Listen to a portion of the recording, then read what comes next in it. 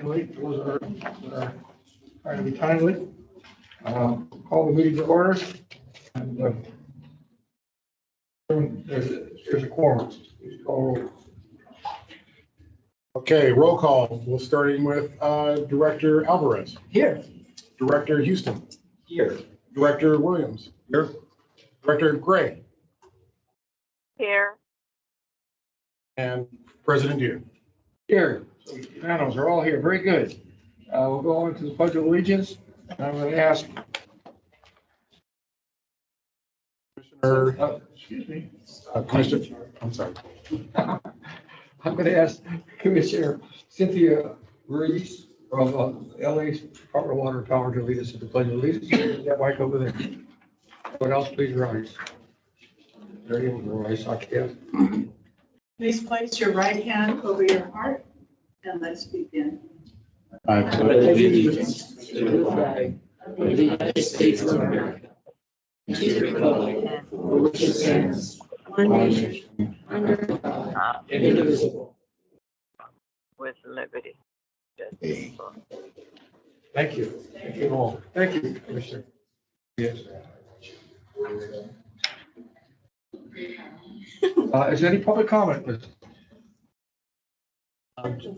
Julie, do we have any public comments? We have any here? No. No. No public comments today.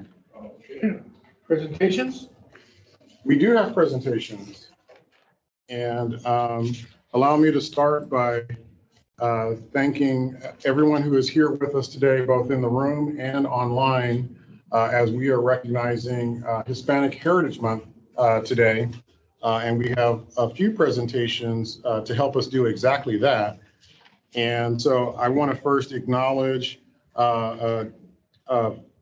Commissioner Cynthia Ruiz from the LA Department of Water and Power Board of Commissioners, who is with us here to help us celebrate Hispanic Heritage Month. And she is accompanied by Kathy Chavez Morris, also from the LA Department of Water and Power with the Diversity, Equity, and Inclusion Office, who will accompany Commissioner Ruiz in her remarks. But before we turn it over to Commissioner Ruiz, I'm happy to ask Alejandra Cano Alvarado, one of our engineers, who has put together a presentation to help us recognize this very special celebration. So if we could have Alejandra, please come forward.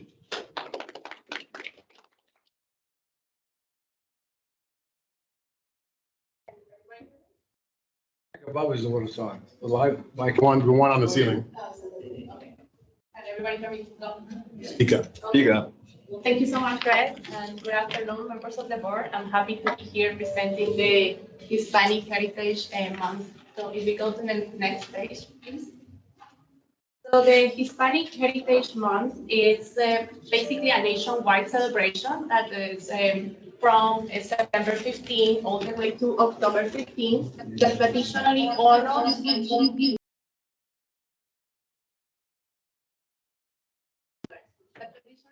the cultures and the influence and contributions of the Hispanic and Latino community. So basically, this is a month dedicated of celebrating and reflecting upon the different generations of citizens of Hispanic and Latino communities and their background, as well as the compliments made by this diverse group of Americans that live in the country as we live today. So if we go to the next page, please.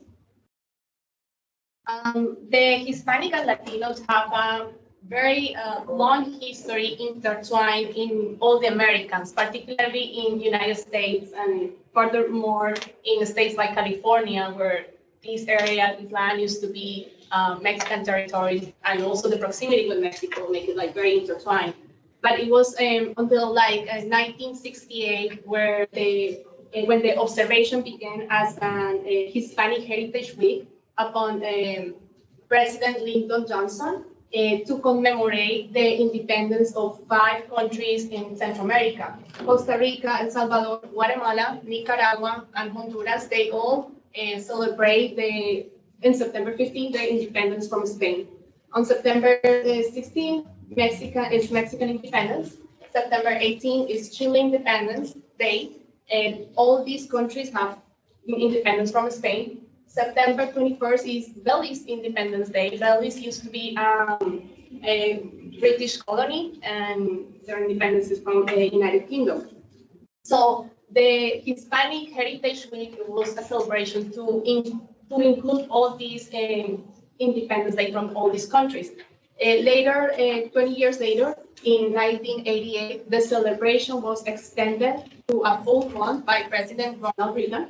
In Latin America, we do celebrate on October 12th, El Día de la Raza, which is like the Day of the Races.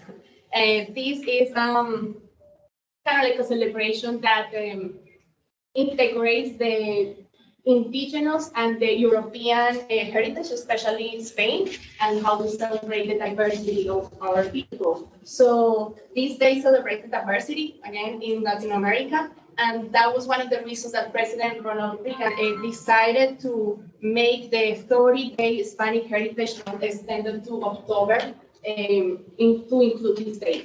If we move to the next slide, please.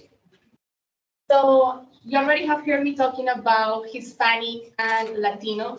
These two terms are sometimes very exchanged, but not all the time. They have different meanings and they're different terms. The Hispanic itself refers to people from Spanish-speaking countries that have officially Spanish as the first language. The flags on the left side of the slide are the countries and territories that have Spanish as the first language. So the countries that we have are Argentina, Bolivia, Chile, Colombia, Costa Rica, Cuba, Dominican Republic, Ecuador, El Salvador, Guatemala, Honduras, Mexico, Nicaragua, Panama, Paraguay, Peru. Puerto Rico is not a country, it's a territory, but because officially Spanish is their first language, it's considered as part of the Hispanic community. And then we have Spain, Uruguay, Venezuela, and Guinea Equatorial, which is a country that is located in Africa, but also has the official language of Spanish, so it's considered as Hispanic. And then we have the term Latino, which is an abbreviation for Latinoamericano, which is the Spanish word of Latin American. This word Latino used to describe countries in Americas whose predominant language it was from the Latin root. So any country that speaks Spanish, Portuguese, French.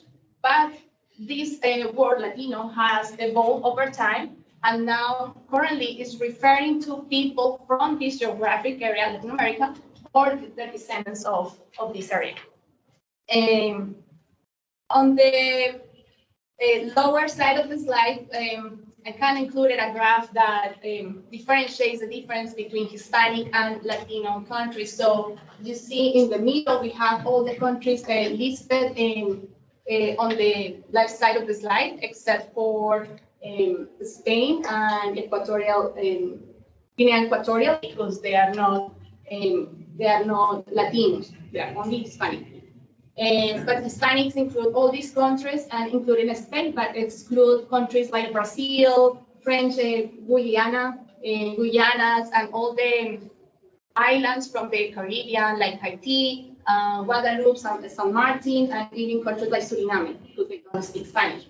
Latinos communities are all the countries included on the left side, and Brazil and all the countries that I just already mentioned, part of the Caribbean, except Spain and Equatorial Guinea, because they are not located in Latin America.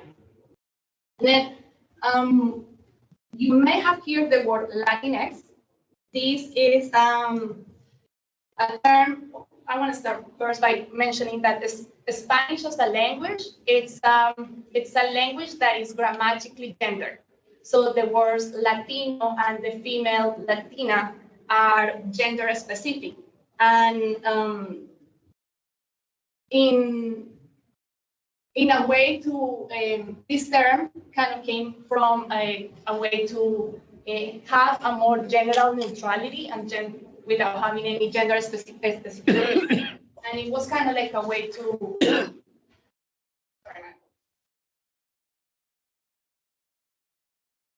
Oh yeah, so sorry. So this word kind of like gained more popularity back in 2010 from 2016 in United States. It's mainly used in the United States and in Latin America. The point that in 2018, the Merriam-Webster add this word to the dictionary, but the Real Academy of Spanish Language and other associations of Spanish language have rejected the use of X and E as a gender neutrality because that will change the entirely grammatical structure of the language. So it's, again, it's more momentum and more popularity in the United States. And it's a way to avoid gender bias among the LGBTQ community, Latino community. So it's more inclusive. And lastly, we have the Spanish word, which as a language, it's the language itself, but if we refer to people, it's people from Spain. On the next slide, please. Is there going to be a quiz after this? So the Hispanic and Latinx community in the United States, according to the 2020 U.S. Census, in the United States reached about like 62.1 million of people and representing approximately 19% of U.S. population.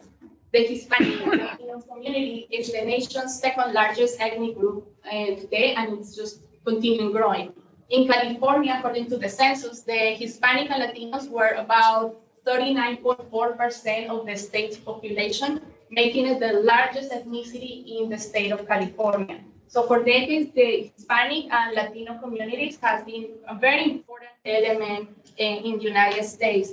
Influential Latino leaders and Hispanic Americans who contributed to the society in various ways that have an impact on history and America itself. In fact, the impact is so wide and so widespread and sometimes even overwhelming that we cannot really think about one single field that where Hispanics have not been haven't made any mark. So it's we are everywhere basically. So again, we are celebrating the nearly 62 million of people in the nation, their culture, tradition, and ancestry, including immigrants who now are citizens and people who are US born. The next slide, please. So what we have here is just a map that illustrates how Spanish is being spoken worldwide. The light orange is the areas in the world where the language is spoken or widely spoken. So we have some areas in Asia, like Philippines, and in northwest of Africa, as well as the south, like the south part of United States, like California and Miami. The dark orange is the countries and nations and territories that originally have Spanish as the first language. So those are the ones that I mentioned before, like 20 countries, one territory. The pink points are countries where the West Basin staff have identified their heritage from. So we have staff that have heritage from Mexico, El Salvador, Cuba, and Colombia. The light blue, I'm not sure if it's can I point it out there, but like the light blue, it's the Belize, which is identified as Latino and not Hispanic. So I'm personally proud to share that I am a Colombian immigrant, first generation, and now US citizen. I came to the United States like 10 years ago through family change, but my family lives like north of California, so I came here to Los Angeles area pretty much on my own. Definitely was not an easy. I have to overcome different biases from language, culture, an engineer, woman, with a bachelor from overseas. So definitely have been quite interesting path, but I'm being proud to be here and contributing to not only West Basin, but the society here.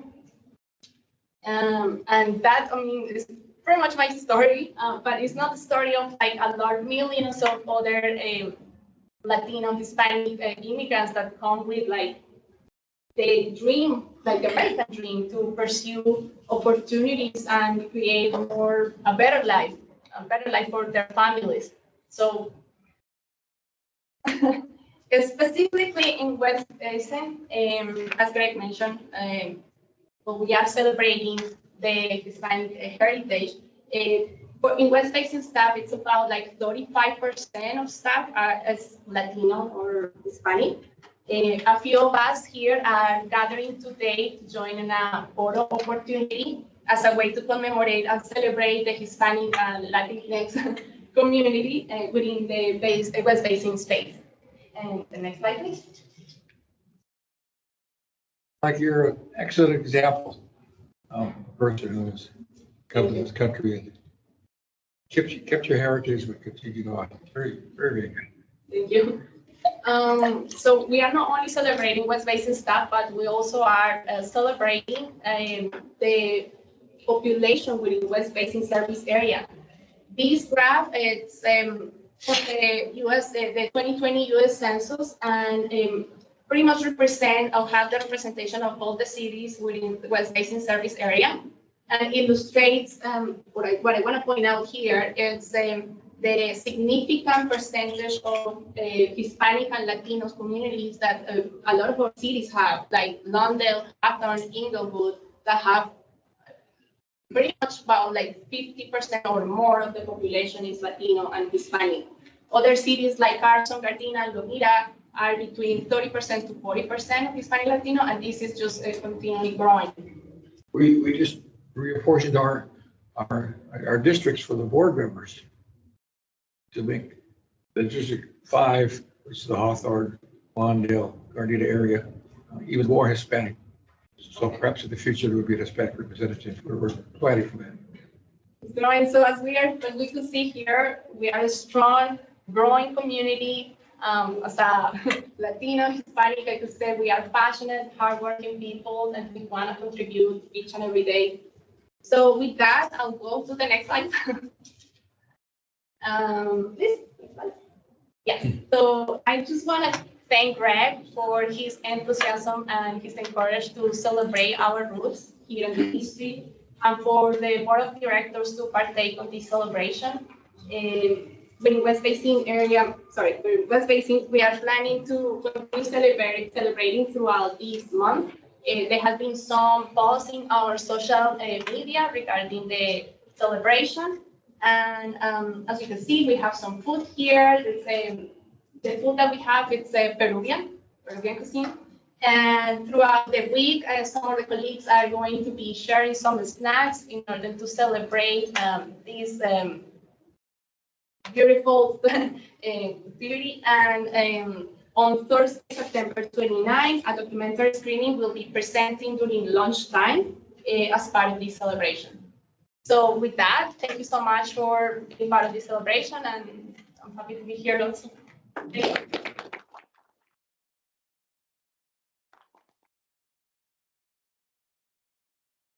Very wonderful presentation, Alejandro. Thank you so much for sharing. And so that takes us now to our keynote speaker for today. And I want to allow for Commissioner Cynthia Ruiz and Kathy Chavez Morris to take the podium and provide a quick introduction of our esteemed colleague. And we'll have some remarks there. Thank you, Greg. My name is Kathy Chavez Morris. I'm a utility services manager for the Department of Water and Power in Los Angeles. I was thrilled when Greg invited me here to today's meeting for several reasons. One is that Greg is an amazing former colleague of mine and leader at LADWP that actively promoted inclusion within his team and worked to expand the diversity of our workforce. I'm always honored to support him in allyship and recognition of Hispanic Heritage Month. He sweetened the offer, though, when he said that I would be introducing a phenomenal Indigenous Latina, Cynthia Ruiz.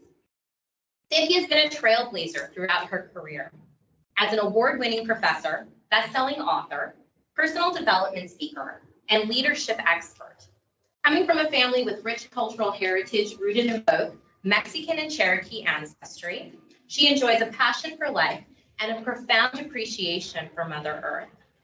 Her passion for service is evident in a leadership style that has elevated her to prominent and influential positions in the city. It was at the Board of Public Works that I had the great honor, of witnessing her leadership. As a young professional Latina working in STEM nearly 20 years ago, I was truly impressed by Cynthia. In that role, she had direct oversight of 6,000 employees and roughly $1 billion a year budget. She went on to serve for 7 years as president of the Los Angeles City Employee Retirement System, overseeing a multi-billion-dollar pension fund. All the while, she entertained my humble requests for professional advice, and we'd often cross paths at local Native American powwows. I was thrilled to hear the announcement that Cynthia would not only be joining the Board of Commissioners for LADWP, but she would also be serving in an important position as vice president. No matter what position she has held, she has always been a passionate advocate for protecting the environment and elevating the voices of people who are historically underserved and excluded from conversations around public projects and programs. No wonder she's received over 75 accolades and awards for her leadership and service to the community. The same week she joined the Board of Public Works, same week she joined the Department of Water and Power Board of Commissioners, she received the Los Angeles Business Journal's 2002 Mentor of the Year Award. I'm honored to call her one of my mentors, friends, and a justice hero. Board Commissioner, please.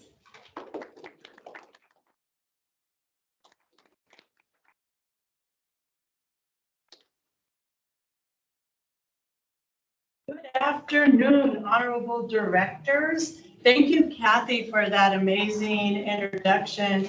And thank you, Gregory, for the invitation. I start everything I do with gratitude. So I want to express gratitude to one of my mentors, one of your directors, Gloria Gray, which I know she's not here in person. She's coming through the door. Virtually. Oh, she's coming here through the door right now. Talking about somebody that can come in on cue. Director Gloria Gray has been one of my mentors for many, many years. She and my mom were good friends. And so I think she's a perfect example of what leadership should look like, because she always acts with integrity. And she is a true role model to everyone, but in particular, women of color. Now, today, I'm here to help you launch Hispanic Heritage Month. So, Director Gray, I was just giving you a shout out for being one of my mentors for many, many years, and a woman leader that acts with integrity and a role model to women of color. So let's give her a round of applause. Thank you.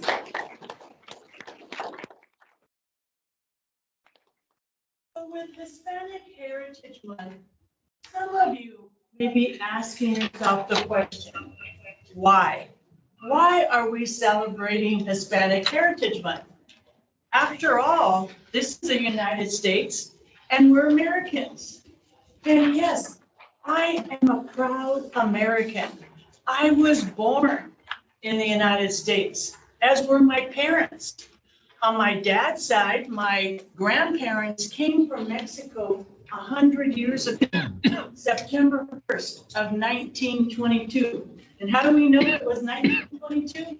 Because one of my cousins actually researched and found the train ticket that my grandparents used to go from Mexico to Los Angeles. On my mom's side, we're Native American, Cherokee. So we were actually the first peoples of this land.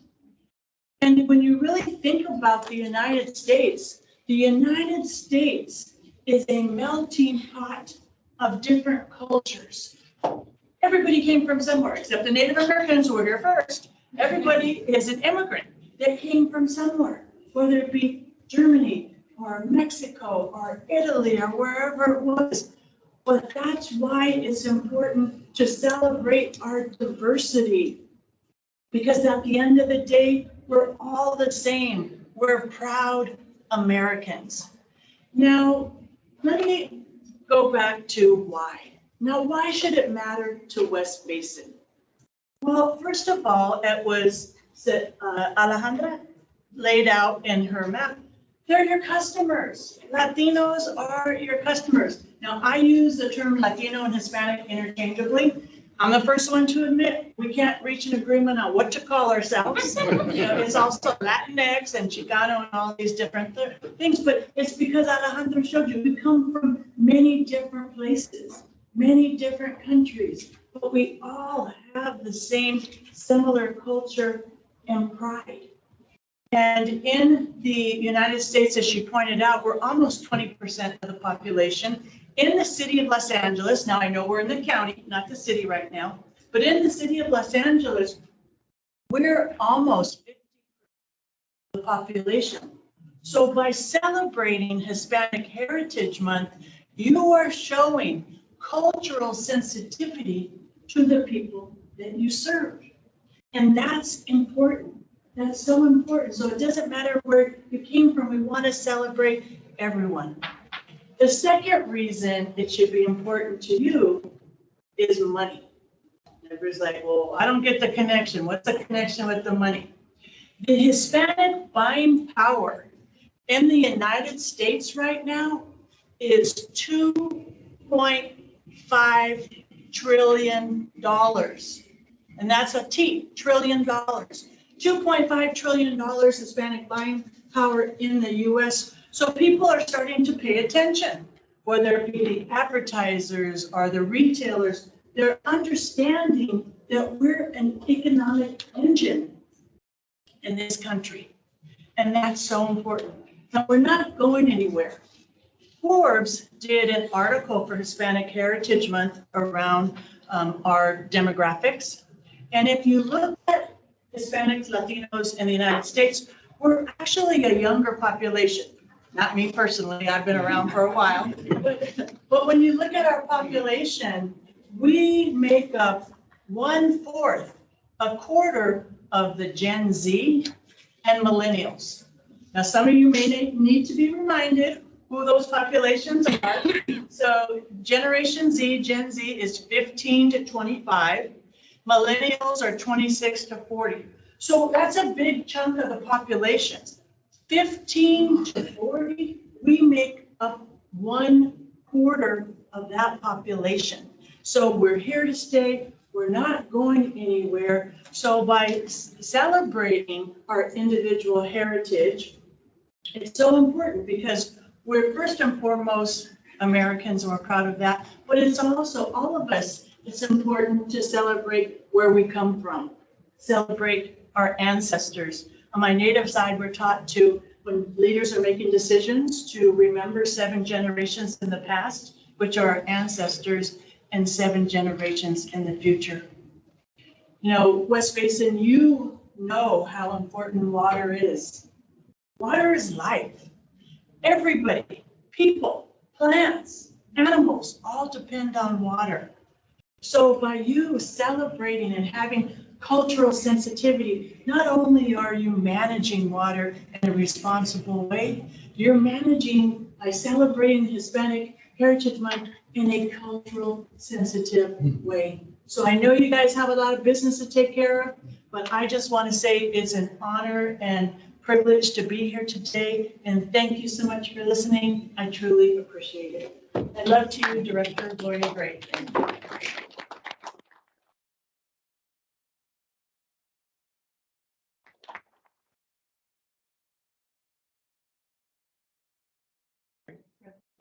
Make a few comments. First of all, thank you to all of you who've spoken this morning. I'm sorry a little bit late, so I didn't get to hear, I believe, Alejandro's presentation, but I heard it on the phone. So thank you for that history lesson so much.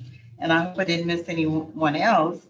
But Commissioner Ruiz, thank you so much for those remarks. I know they were from your heart. I've known her for a long time, and she is my friend. I mean, I'm so very proud of Commissioner Ruiz, and thank you for those comments. Just a couple of them, a couple of remarks I want to make, or things I want to say, based on your remarks, you're absolutely right. We're all proud Americans. And we do have to celebrate our history, our ancestors. We cannot forget our ancestors. So thank you for making those points. We're all proud Americans. We're all Americans, right? And we are proud of where we came from. And for reminding us of the buying power, the economic impact that one particular group has on the economy. So thank you for those words, very powerful, also from you, Alejandro. And so thank you very much for being here. Thank you again. Very nice, nice words. Anyone else? Well, that brings us to our next, our final component of our celebration of President Deere, and that is our proclamation of the board, signed by all 5 board members, recognizing National Hispanic Heritage Month. So if I may, I'll read the proclamation. Right ahead, please.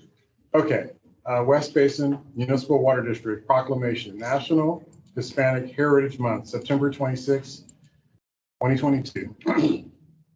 Whereas National Hispanic Heritage Month is observed from September 15th to October 15th by celebrating the histories, cultures, and contributions of American citizens whose ancestors came from Spain, Mexico, the Caribbean, and Central and South America. And whereas National Hispanic Heritage Month coincides with the Independence Day celebrations of several Latin American nations, specifically Costa Rica, El Salvador, Guatemala, Honduras, Nicaragua, from Spain on September 15, 1821, Mexico from Spain on September 16, 1810, Chile from Spain on September 18, 1810, and Belize from Great Britain on September 21st, 1981.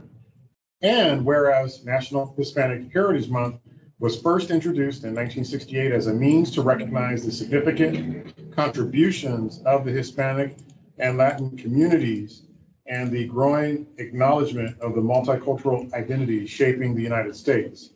And whereas National Hispanic Heritage Month acknowledges the 62.1 million people of Hispanic and Latino descent in the United States who make up 19% of the total population, including the 4.8 million community members accounting for nearly half of Los Angeles County's population, the largest population of Hispanic and Latin in the nation. And whereas National Hispanic Heritage Month recognizes this year's theme of Unidos, inclusivity for a stronger nation, which reinforces the need to ensure diverse voices and perspectives are welcomed in decision-making processes, thereby helping to build stronger communities and a stronger nation. Now, therefore, be it proclaimed on this, the 26th day of September 2022, that we, the directors of West Basin Municipal Water District, hereby recognize National Hispanic Heritage Month as an annual celebration of the many contributions, diverse cultures, and extensive histories of Hispanic and Latin Americans and their influence on the United States.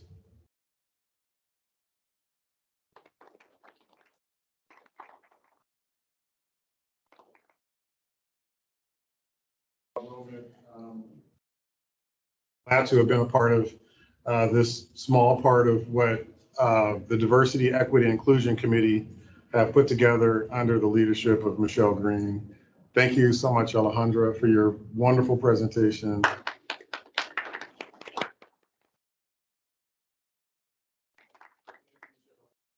Thanks to our Diversity, Equity, and Inclusion Committee. And thank you, Kathy, for being here with us today. With that, I suppose we can take a photo op if it pleases the president. If you'd like to.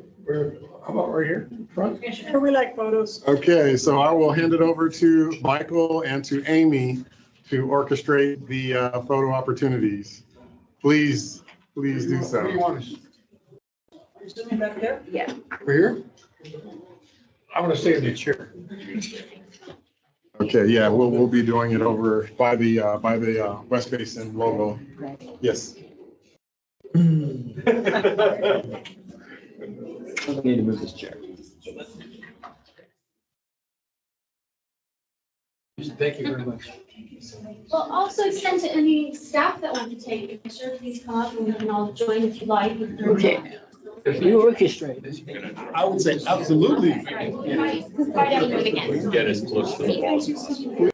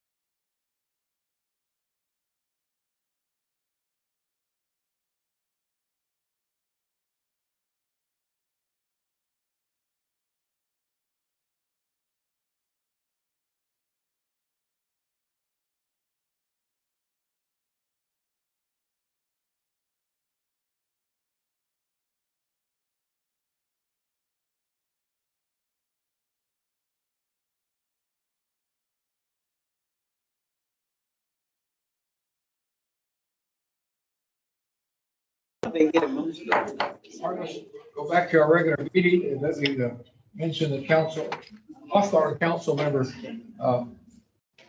Valentine is watching online, so thank you for being part of this meeting and There she is. I thought. have something to say.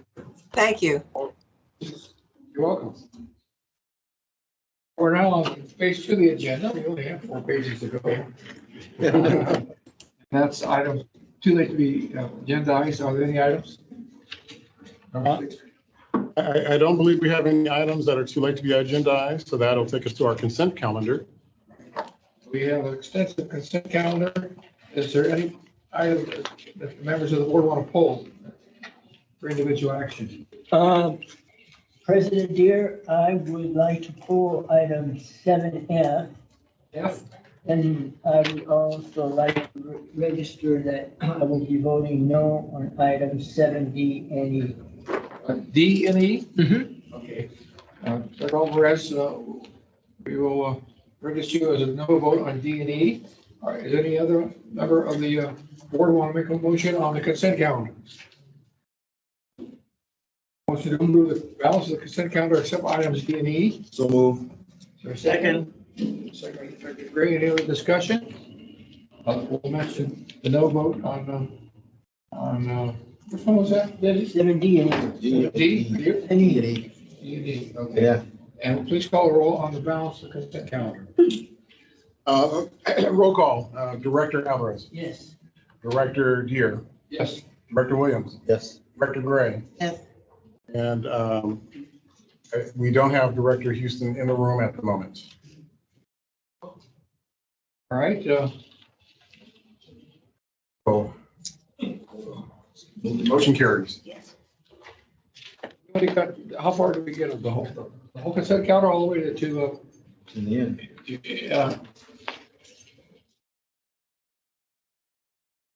So are we pulling item F? I? Pull that, didn't you? Does Did we call H and I? Yeah, 7F was the only one pulled. All the other items were a part of the consent calendar all the way through A through I. All right, so we pull item 7.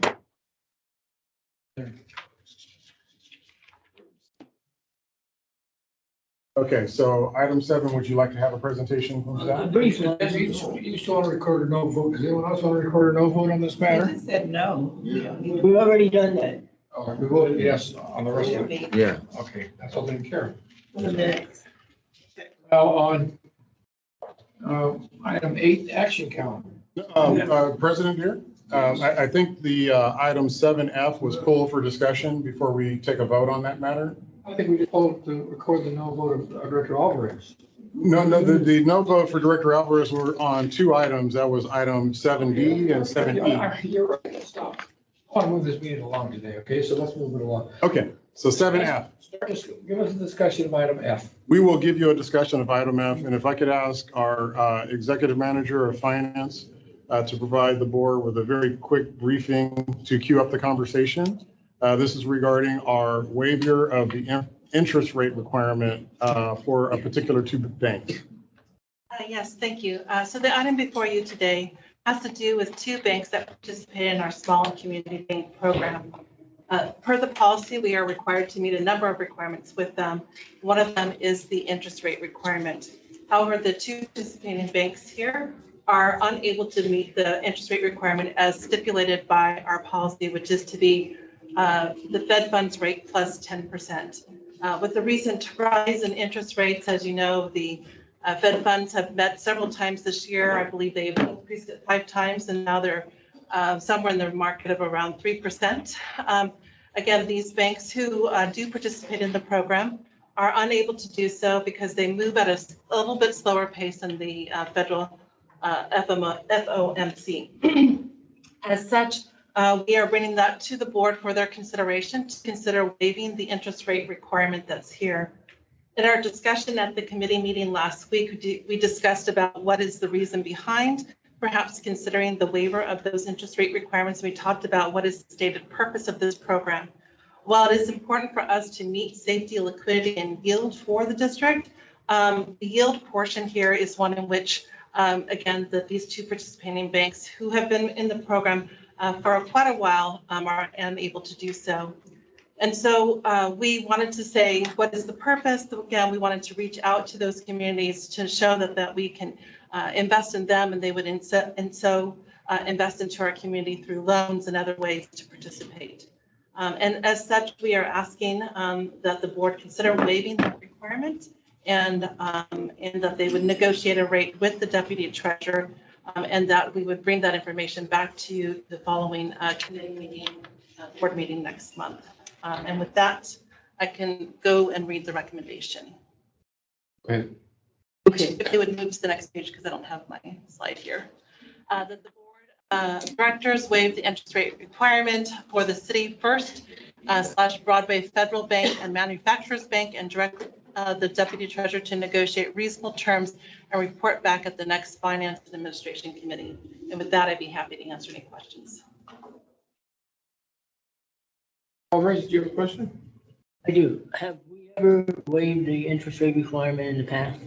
We have in, I believe, it might have been even last year and one other time we've done this before, that we've waived the interest rate requirements. Again, it was something that was a little bit more manageable. I think this in that previous year, again, they were unable to do so by missing a little bit.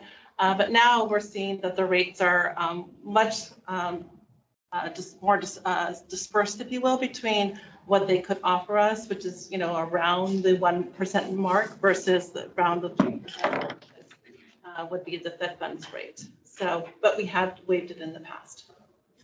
And are the other banks that we do business with able to meet the requirement for yield? So we did have one with Malaga Bank earlier part of this summer, and originally they were not able to meet the requirement. We did push back at them saying that we did have this policy requirement. And so with that, they were able to get us closer. And then I would say then there's been 2 Fed funds rate hikes since that time. So I think if today we were asked them, they would not be able to meet this requirement as well. So that is for basically the smaller banks. We do business with larger banks also. The ones that participate in this bank are, by the definition, either small or community.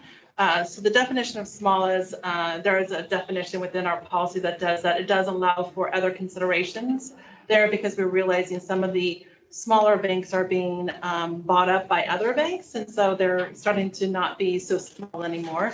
But they still meet the spirit, if you will, of being a small and community bank program. And so that's why we asked them to either make a presentation or to provide us, the staff, a report of what their community efforts are.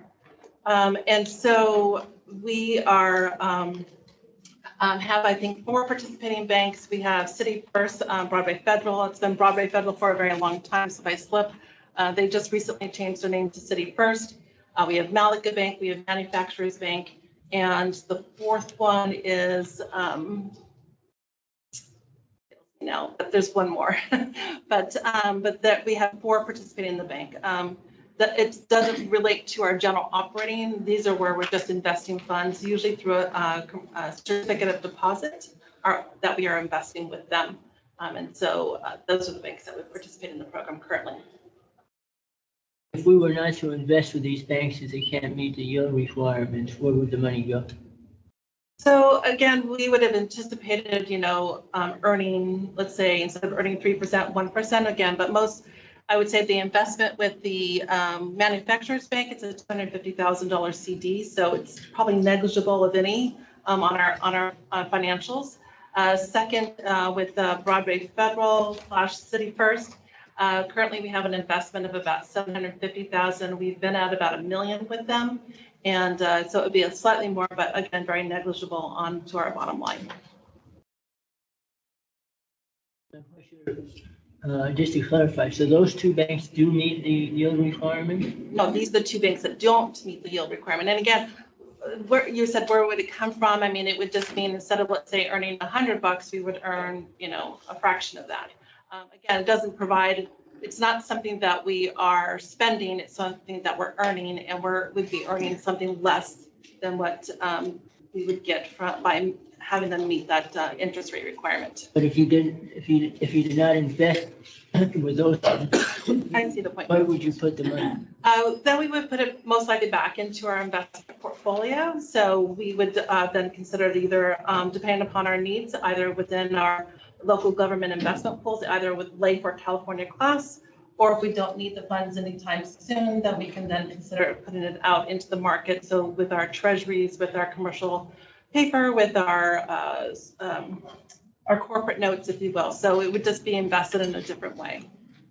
And what's the yield in our investment portfolio? So it varies based upon sort of where you are and where the market is. I believe that the rate for life today is, Marianne, if you're online, if you can help me with that, where life is today. Sure. Life is about 1.7 on a daily basis and closer to 2 on a quarter to date basis. And so you can hear that even with those requirements, it's slightly different. You can see even LAIF doesn't meet the requirements that we stipulated within our small and community bank program policy. And that's why there was discussion at the Finance and Administration when we do bring back a more a presentation next month about the program itself, that we would consider removing that interest rate requirements, because again, I believe that the stated purpose of the program is not to make money off of these investments. I mean, not to make a lot of money, I maybe restate it that way, but rather that we're there for the purpose of really having funds within our these community banks to then likewise then put the money out into our community, help with those various loans from single family homes to commercial or whatever it may be. And the portion of our portfolio that's not with life, that's in securities, what's the yield on that currently? Marianne, do you, probably on the investment report, and again, I apologize, I don't have my committee packet here. Marianne, could you provide that information? Sure. I'm just pulling up that report. As of the 8/31 date, we were at average purchase yield of 0.87 and average market yield of about 2.56. And so the rate that these banks are currently offering is, I think you said 1%, is that right? Yeah, I mean, it depends on which bank it is. I would say City First really did try to help us on one of its, helping us because of our long-term relationship with them. We've been with them since 1999. And the Manufacturers Bank has been with us since 2018. But yeah, I would say around the 1% mark. Again, it's been a while since we've had that conversation, because when we couldn't meet the requirements, we did request the funds back from Manufacturers Bank. So the money is with, actually, we don't currently have an investment with them. Now with Broadway Federal, it was because of the timing of where it was, Broadway Federal, it was right around the corner when we were discussing this with the committee. And so we left it into like a money market account there, assuming that, again, that the committee and the board would then consider the waiver, and then we could reinvest with them. So, but if not, then we would have asked for the funds to be returned. At a minimum, if you reinvest with them, you get at least a 1%? We believe so, yes. So again, we would need to go back and discuss. And the total that we're talking about, if I recall correctly, it's about $1 million. About $1 million. One and $750 with the other. Correct. And this is relatively for CDs by short term. So we typically have done a 12-month CD. We are looking to do it a little bit shorter, with the understanding that the Fed funds are continuing to increase here maybe one or two more times this year. So we'd rather keep our investments shorter, so that as the decisions are made there, then we would have a little bit more certainty about where interest rates are going to be. As a result of that, then we can make a slightly longer decision going forward. But so we look to go probably to a 6-month, because there wasn't that much differential between a 6-month and a 1 year as it pertains to these CDs. Likelihood of the Feds raising rates one more time in less than 6 months is probably pretty good. Yeah, exactly. But from all that I've understood, yeah, that it's going to happen a couple more times. It's going to happen. Okay, with that, I'd like to make a motion Go ahead. I would move that we go ahead and waive the interest rate, but that in negotiating, the new interest rate, it'd be at a minimum of 1% and hopefully higher than that, closer to the life rate of 1 3/4. And, that it would be for any CD that would be for a maximum of 6 months. Revisit this because interest rates, I'm pretty sure with the direction that the Fed is headed, we're going to continue to rise. And we're going to see a higher yield environment. Treasurer, is that a negotiable? Yes, I will certainly work with them, and if we're unable to do so, you will hear back from me either way at the committee meeting next week. But thank you for that direction. Appreciate it. Second the motion. Director Williams, seconds the motion. Any further discussion? Are you the chairman of the finance committee? You ought to be. With that, You ought to be the chairman of the finance committee. I have enough to do. Thank you. I didn't say you had to do all the other things too. You did a good job. Any other discussion? All right, please call the roll on the motion. Okay, Director Alvarez, Yes. Director Houston, Yes. Director Deere, I'm sorry, Here. Director Williams, Yes. and Director Gray. Yes. Yes. Yes, I'm yes. So it's a unanimous vote. Right. The motion carries. Carries as, Mr. President, go ahead, sir. I stepped out on the last vote, so I'd like to report my vote. I think it was on the consent item, the calendar. Yeah, well, and you want to? Did I step out? So I will just register yes. Okay, so it's unanimous with the no votes for Director Alvarez on the two items. That's correct.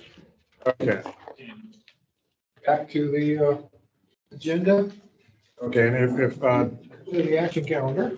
right, we completed the consent calendar and we are now moving on to the action calendar.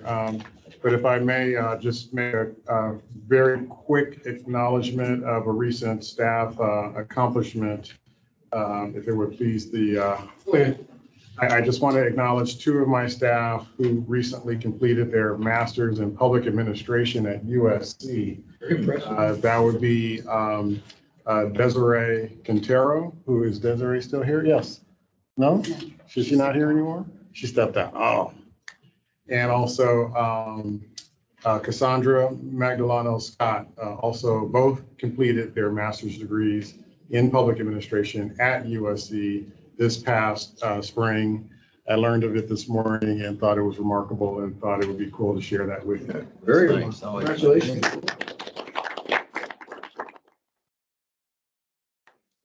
We are now on to action calendar item 8, starting with the first item, district sponsorship request. And so we have our Assistant General Manager, EJ Caldwell, who will provide the report on this. EJ, that's the first use of your title at a board meeting? Congratulations.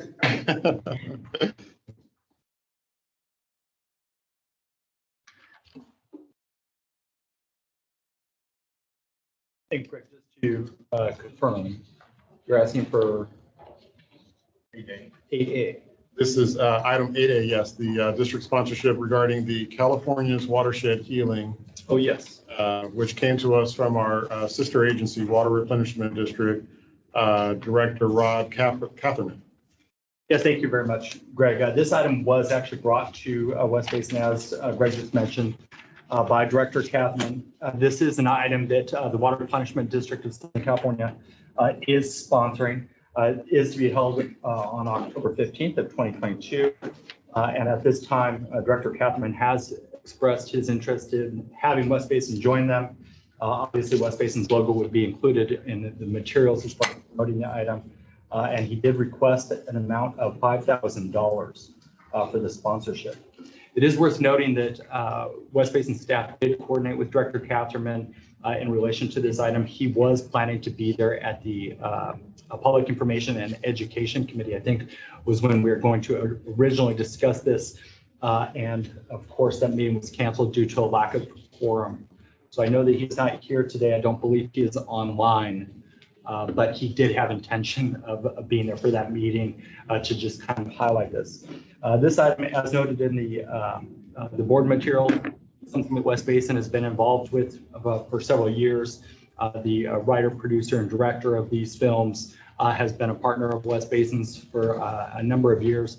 and has done videos specifically related to West Basin Municipal Water District, highlighting our role in the use of recycled water as well as in the production of recycled water. So with that, the recommendation is that the board consider sponsoring the free screening of California's watershed healing to be held on Saturday, October 15th in the amount of $5,000. It's interesting to note that the Water Replenishment District has been a sponsor of some of our events. Yes. Every year for many, many years. That is correct. You gentlemen spoke, who wants to be first? I'll second that. Okay, motion you made and seconded. You made it. I have a question. All right. Okay, All right. motion first. We got a motion. I will. You want to take over? Yeah. Okay, Okay, let me first allow our general manager to make his comment on this. Thank you so much. And I wanted to acknowledge Rob Catherman is listed on the attendees list. And so if it would please the president to allow for Director Catherman to share or remark, it would be your call. It'll be fine. Rob, Director Catlin, are you on board? Yes. Oh. Thank you're you. not paying attention. Can you guys hear me? Yes. Yes. Yeah, Loud good and clear. afternoon, and thank you for your consideration this afternoon. I think this would be a great opportunity for us to start publicizing our joint efforts to utilize our wastewater as a future source of our drinking water for in our district, 4 million residents, and in South Los Angeles County and Orange County, we're looking at even more than that. So that's it. I want to thank you for your consideration. Thank you, Director Catherman. Director Alvarez. Okay, a couple of questions. This documentary, how did it come about getting prepared? Because I think Mr. Thibault basically does work on a contract basis, like the work he's done for West Basin. So how did this one come about? I don't know if Director Catherman wants to provide a little bit of an overview. Sure. Yeah. Thank you, Jay. Yeah, we were approached by Mr. Thibault and James Allen, who's the editor and owner of Random Links, about doing a public presentation. And I thought it was a wonderful segue, Desi, into what we're doing with our new source of a water supply for our residents.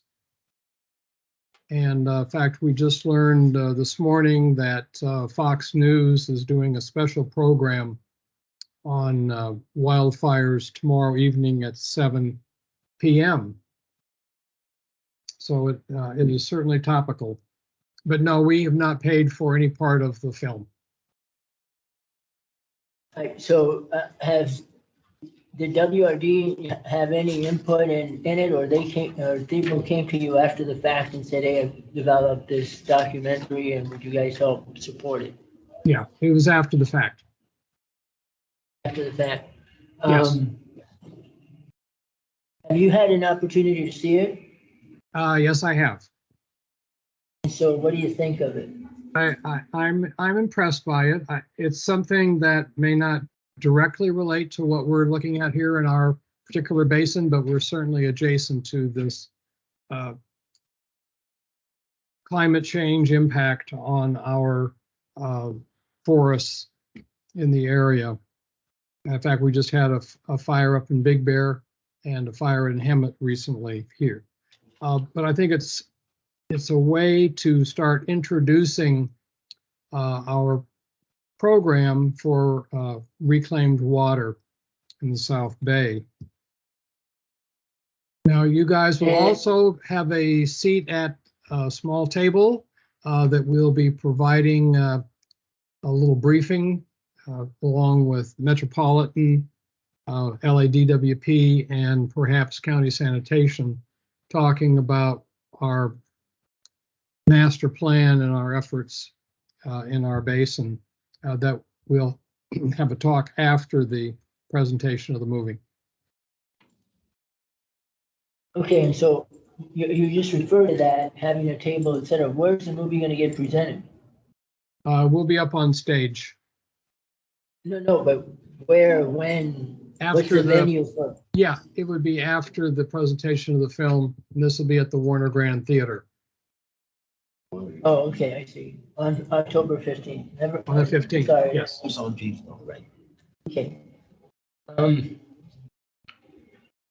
I appreciate the nature of it and so on. I would think that we might be better off if we're supporting a documentary, especially to move forward with some of the accomplishments that we would like to see in terms of water use within the West Basin service area as well as the Water Replenishment District service area, to have a documentary done that's more specific to our needs versus this one. What do you think about that idea?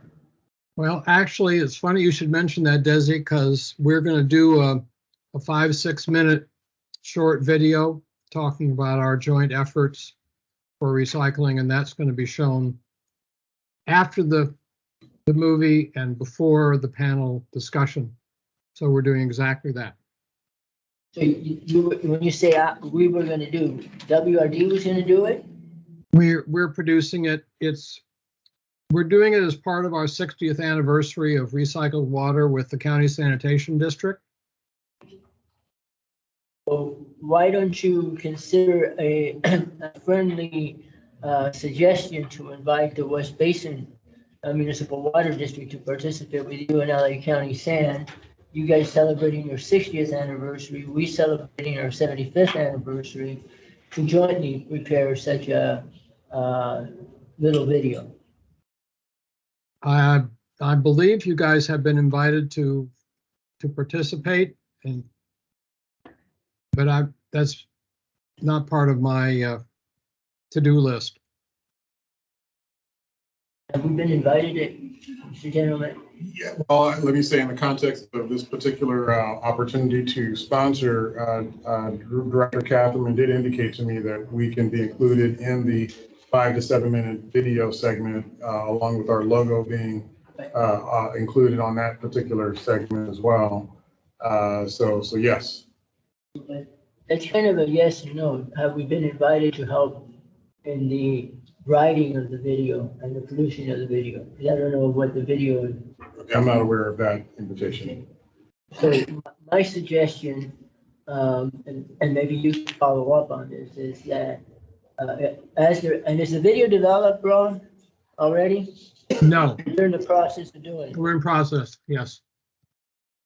That we get involved in the development of the video so that not only the role of LA County Sanitation Districts, and the role of West Basin also be included in the video, not as part of the talking opportunity after the video is presented. We take an active role in the writing and producing of the video. Okay. Is that clear? If your colleagues agree with that. I have some comments. We have Director Greg wants to comment. Yeah. First of all, West Basin has a history with Mr. T-Bald, I believe that's his name. He's done some filming here for us, and certainly I think it's a worthy project. I think it's a great idea to be included in the video, and I just want to ask clarification. I know Rob said this is not on his to-do list, but manager, tell me what your understanding is of the conversation about us being included perhaps in the video. Right. Director Catherine, I believe when you and I spoke about this sponsorship, I thought I understood that our logo would be included on the video. And as you mentioned today, that we would also be a part of the presentation on stage. It sounds as if perhaps there's an interest to have more of an integral role in developing the video. And forgive me if I missed that part of our conversation. It was a little bit ago when we talked about this, but it sounds to me like our board is interested in maybe a bit more direct participation. The only reason, yes, all of that is absolutely true, Greg, and we will certainly include your logo and so forth. The issue, however, is timing to get this thing produced and available for October 15th is running quite short. Well, my question is, I certainly support the item, but I think it would be good for us to be included in the video, Rob, to some extent, and I would assume if the board agrees that, can you hear me? I certainly do agree with that, yes. Yeah, but I think the idea is to make sure it's more, that we're included with more than our logo, because we are celebrating our 75th anniversary here. And so I would like some commitment, at least from you and Greg, that the West Basin will play some, whatever prominent role we can in the development of the video, and that Greg, you will make sure that happens if the board agrees on that. But I do support your recommendation today, but I do think we should have some prominent role in the video. Yeah, let me, Okay. Gloria, thank you for that question, because I want to clarify the $5,000 is to sponsor the event. Right. We are separately spending $25,000 to get the video done. The primary purpose of the video is for our 60th anniversary, but it will also include a little segment on our partnership with you guys, DWP, and so forth. But what I would like to suggest is, for timing purposes, let's look at doing a joint video that would be slightly longer and slightly different to include your role specifically in the video and specifically mentioning your 75th anniversary. But that would be a separate item. Right. Well, I think the board needs to have that discussion if it involves additional funds for that. So yeah, and that would be a separate board item. Right. If I could follow up on Director Gray. One moment, are we finished? Yeah, yes, he can go. Thank you. So Rob, we're not asking for a lot. You've got a video that's in the process of being done. It's just, I think that it's in everybody's interest. We've talked about this moving forward, our joint efforts to really make this region much more independent and sustainable in terms of water supply. And that is a role that's going to be jointly met between West Basin and the Water Replenishment District. So a slight editorial, if you will, comment in the video you're producing right now should really not be a big deal. It seems to me like it's pretty straightforward. You're absolutely right, Des. The issue is we want the video to be short and watchable. And so we're already cramming a lot of stuff in. You guys will have a small part in this. Sanitation District's going to have a small comment and so forth. So I just need to be mindful of our $25,000 budget for producing that particular video. But I would like to come back and talk to you guys about doing a larger, more comprehensive video that would more specifically address your 75th anniversary as well as our 60th. Well, maybe we can do that, but on this video, since you've got it on play and it's going to be ready for the October 15th presentation, it doesn't seem like it's all that difficult to add a little bit more to it. I think our staff can get together with you right away. So, yeah, no, I think that's fine, Des. Okay. So you're in agreement. So Go ahead. It's your show. I think Scott hasn't spoken. Let me ask a really fast question, Director Catherine. What other organizations have already potentially supported you on this item for the streaming?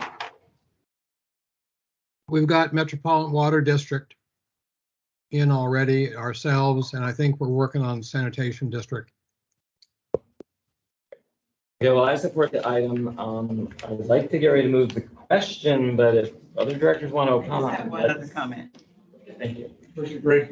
Just quickly, I just want to make sure we understand that we're not adding additional funding for this particular video, but Rob has indicated that we will have some part in it. And I think Desi has been articulate about that. Is your PR department involved in it at some extent? Well, Yes. Oh, well, West Basin is not yours, Rob. I just Oh, want I'm to make. sorry. I didn't know who you were talking to, Gloria. Yes. Thank you, Rob. Sorry, Greg. I think that this would initiate that That process. concept. All right, well, thank you. I move the item, if it's second.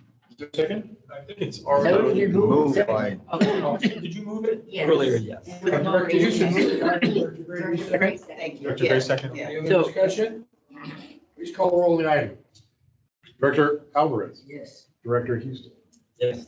Director Deere, Yes. Director Williams, yes. Director Gray. Yes. Okay, motion carries. Thank you, Director Catherman, Thank for you, joining guys. us. And we will be in touch to coordinate. Beautiful. SAP, sounds like this is a fast. Do we expect to have continued discussion on all the action Yes. items? Or is there any, are there any we can just pass as a group? Well, it's action items, they're not. I know they're action items, we have to vote on them, but, doesn't mean you have to talk about them unless you want to. Well, you want me to move 8B? I'll move 8B. Okay, is there a That's the second? next item. Okay. Roll call vote?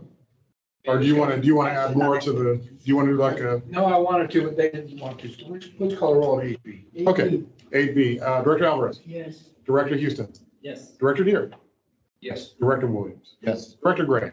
Yes. Okay, the motion carries. Item 8A is passed. I'm sorry, 8B is passed. 8C, 8C, 8C. the Brown Act, virtual meetings. okay. The motion made by Director Gray, is there a second?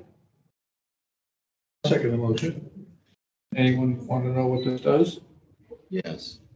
Yes. I'll defer to General Counsel. This is again an extension of the process implemented by Assembly Bill 361, which succeeded the governor's executive order from back in 2020, which relaxed the Brown Act provisions for teleconferencing meetings. Under AB 361, the Brown Act, Section 54953 was amended to allow for relaxed provisions for Brown Act meetings and public meetings such as this. And it requires that if the board would like to do that, they have to adopt a resolution stating that that the board is making findings that the state of emergency still exists and that meeting in person, given the Omicron. He said he fixed it. Who is this gentleman talking now? You. Interference. Say mute. Well, Mute yourself. That the last part of this is that there is a finding by the board in the resolution that due to the Omicron variant, that meeting in person could jeopardize the health of some of the attendees in person.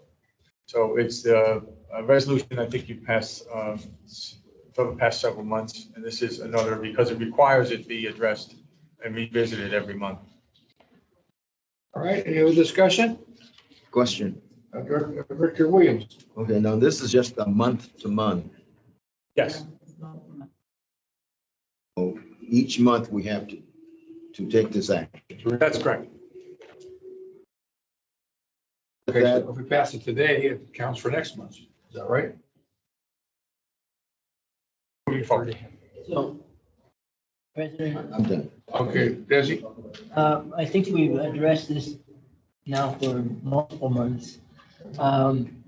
Basically, what we're continuing to do is we're finding that there's still a state of emergency with respect to COVID, where the state of California no longer considers that, and even Los Angeles County has waived all the mask wearing with the exception of in basically health facilities, hospitals and medical offices, et cetera. And it's a stretch of my imagination to see that we have a COVID emergency just existing in the West Basin, where the rest of the state isn't. So I will be voting no again on this item. Any other discussion? I will concur with what Director Alvarez says because Basically, the state has reopened. All of the cities in my service area are meeting in person again, except maybe Malibu has had some ups and downs, but regardless, the county board of supervisors are going to meet in person again. I don't know how we can justify that we are going to continue having this particular rule in place when the old Brown Act rules still allow us to be in a different location if it's posted properly. So again, I'm going to vote no on this item. I don't see any problem having it one more month myself. Any other discussions? Just my I comment. agree with you. Thank you, Director Ray. Yes, I don't think we're trying to justify it. I think we're just making a decision about it. That's true about the opening of certain places, but many agencies continue with the hybrid model. And it does allow for folks to be in person, but also on Zoom or on the phone. So I will support the motion. Let's call roll on the motion. Director Ellis, No. Director Houston, No. Director Adair, Yes. Director Williams, Yes. Director Gray. Yes. Motion carries 3-2. On to item D, the report. Okay, item D, I believe we do want to have some discussion, if it would please the board. This is in regards to our water recycling fill station concept that the board developed a consensus around on September 2nd, and staff has worked towards developing some concepts and some ideas that we want to present to the board today. Who's going to present this? Okay, so if it's okay to talk about it, I have our Assistant General Manager prepared to provide a report and the staff recommendation here. We don't talk about enough stuff at these meetings. We'll keep it concise. Okay, good. Yes, President Chair, I'll try to be as brief as possible. This was direction provided from the West Basin Board of Directors in early September. Just last week at the Engineering Operations Committee, I did provide an oral update of kind of some of the activities that have taken place in just a short amount of time. West Basin staff did send a delegation to meet with the Los Angeles Department of Water and Power to really see the success of their program. And we were able to provide some photographs. And so if we could turn it to packet page 325. Better understanding of exactly what we're talking about there. I know it's kind of a small photo up there, but you can see it is actually at their water reclamation plant. It actually comes straight out of the fence and of course into the parking lot. What you can't see are kind of the traffic logistics of cars entering the parking lot just in front of that fence, and they circle around. There's a natural turnaround there. And then you can see those hoses with the two filling stations. And so staff will jump out there and fill up any sort of jug or tank that a residential end user might have. If we can turn it to the next page. I also wanted to highlight this. This is a photo of the LA Zoo filling station. And it's important to note that this is just simply an irrigation connection. So they irrigate there. It's as simple as that. When you arrive there, you're almost unaware that you're at one of their filling stations. Again, they staff it with anywhere from 2 to 4 people while they're open. And of course, they do have a team that comes and helps to set up. If we can turn it to the next page. I wanted to highlight this because we did receive specific direction from the E&O committee last week. We wanted to bring this forward. There you have an aerial of the West Basin's Edward C. Little Water Recycling Facility. One new feature that we do have after the renovation is kind of that eastern portion of our parking lot. We didn't used to have that. It does provide a very simple, easy traffic pattern that can actually go around in a circle and then of course exit freely. It does provide a couple of different options as far as whether we wanted to do a permanent facility like that first photograph, or whether we wanted to utilize the irrigation connection that was in that second photograph. So we do have some options. It is a very quick turnaround here. As I mentioned, we were at E&O just last week. We did get very specific feedback from the E&O committee as far as what to look for as far as a potential facility. So we wanted to bring this back at the direction of the E&O committee for direction from the board of directors as to whether to pursue this.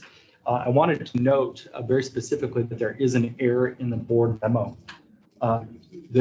While West Basin staff is very dedicated and very quick, it was my error in putting the October 22 date there because that would just not be possible. Our memo is already due for October now.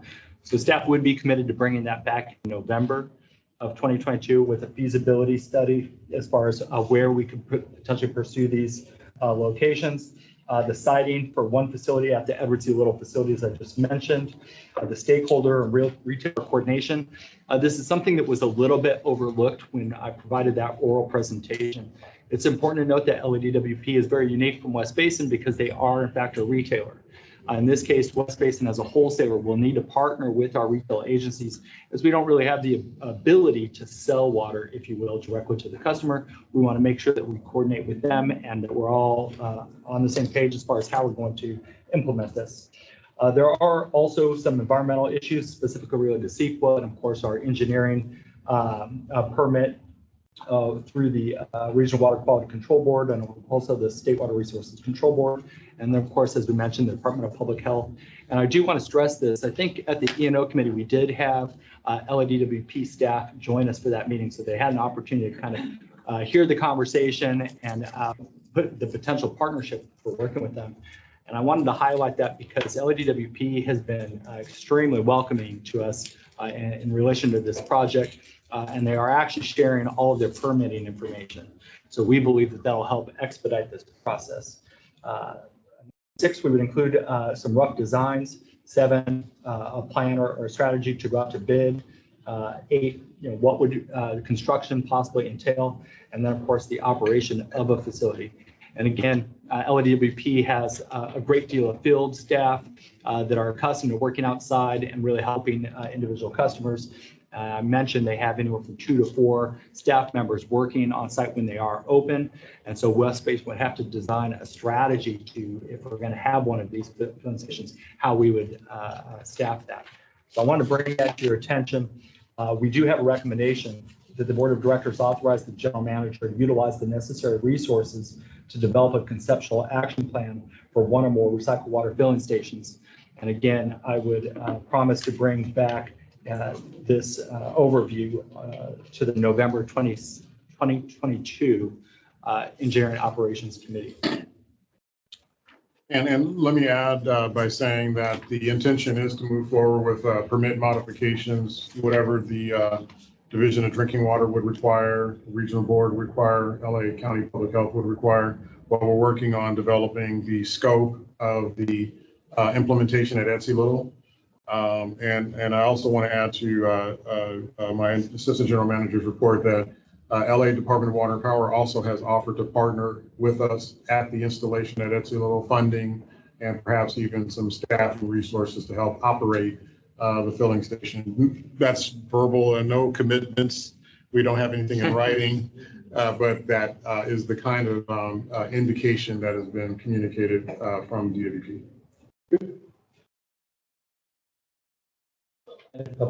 Question. Go ahead. Yes, really fast. So just so I understand, is the water sold? Do we have to sell the water to folks who come and pick it up? So I think this needs to be part of our overall discussion. If you look at the Los Angeles Department of Water and Power, they have two basic premises. One is a retailer, or excuse me, a residential, and that is free water. Again, they are the retailer, so they know that it's going to impact them themselves. But on the commercial side of things, they do sell that water. So they have a meter, and of course they charge those that are coming in and picking up that water. They said that there is a little bit of a crossover. There are some commercial businesses that kind of go through the residential side of things, and it's difficult to stop that, but they do charge. West Basin Municipal Water District, as I pointed out, we don't really have a system of billing individual residential or commercial end users. We could potentially look at options as far as if we wanted to sell that water, going through the retailer aspect and billing them. But of course, this is something that they're not accustomed to yet either. But that was one of the things that the committee asked us to explore, is whether we were going to sell that water. And I guess I'll just run these really fast by you because I assume these are all going to be built into a feasibility study. But do we have any idea what the anticipated demand is of this? Are you looking at only the one location at Etsy Little? what are logistics and staffing? Because you did mention that. So those would be my questions. I assume that those will go into a report back. That is correct. So the Edward C. Little facility, and you saw it a little bit in the photograph, it does offer us some opportunity to build something that's permanent, something that we own and we can manage, something that we can easily staff to. And of course, we have our operators there at the facility. It does provide us additional freedom. The Engineering Operations Committee did provide, some suggestions as to alternative locations. It's really important to note that and maybe we can bring back some additional photographs of the site that LADWP hosts the facility at, but you do need space. You need enough space for about 5 or 6 cars sometimes larger trucks, sometimes larger trucks with trailers. So you need to be able to control that, the transportation aspect of it, as far as getting people in there. As far as alternative sites, we would have to obviously work with the municipality or potential end user because we would need to find the space to allow that. I know that some of the comments were related to the Juanita Milano McDonald facility. Somebody mentioned the Torrance Refinery is possible. Somebody mentioned the park in which we'll have a pump station in the city of Torrance. But again, we would really need to work with those partners to get access to that. And then, of course, construct it. And, the second photograph that I had in there, the irrigation connection, it shows you that how simple it could be once you have the permits and once you have the staff there to do that. Well, I'm supportive of us looking at it, but I'm really cautious to make sure we understand everything that's entailed because it seems like it could get extremely complex if we're not careful. So, Mr. President. Any other comments or questions? Yeah, I don't see us moving forward without having all of that information. The feasibility study is a big part of this whole thing. Because one of the things I was thinking about, because this is what I saw with the city of Austin, is that theirs was prepaid. You pay for the water before you come get it. So it's like you would pay for it, you would use like a ATM card to go get your water. That made it much better for them, and it cut down the staff costs, having someone there.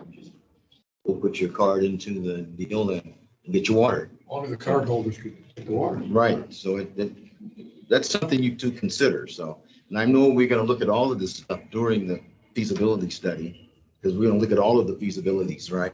That's right. And I'm just raising my hand to also just acknowledge that one of Director Williams' constituent is also on the line, David Donnell, who he and I had spoken a lot about some ideas and keypad codes for individual users to punch in, so that way they're recognized and authorized to retrieve water. So there's probably multiple ways to handle that access and payment scheme. But I think that we also need to talk with our retail partners to make sure that they are a part of it and that they can accommodate that process. So it's all a part of the feasibility study. Thank you. Anyone else? All right, we're on. Go ahead. A couple of things, and there has been interest, in addition to Mr. David, who's on the participating in the meeting and expressed the need and the willingness to use it.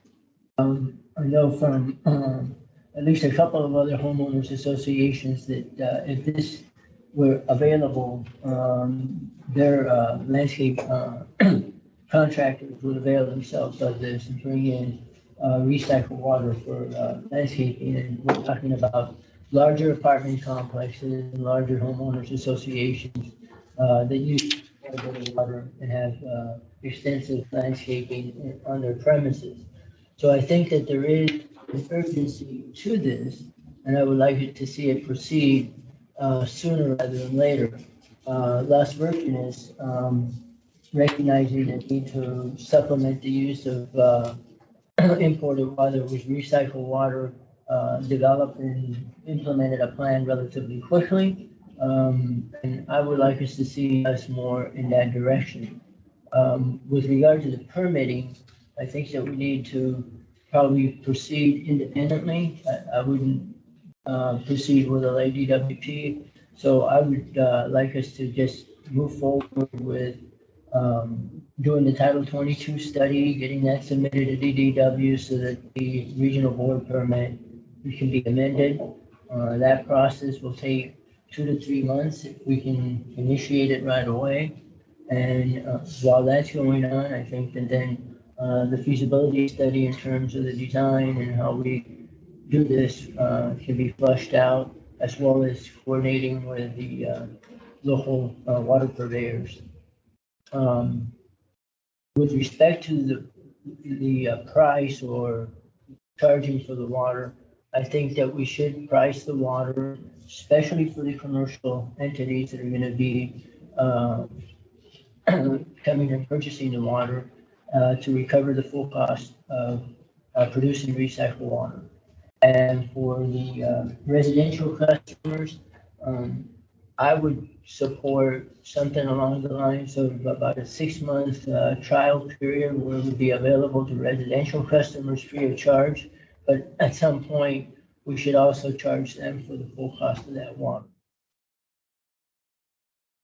So those are my thoughts on this particular item. If you would like me to make a motion, I would like to do so at this point. Go ahead.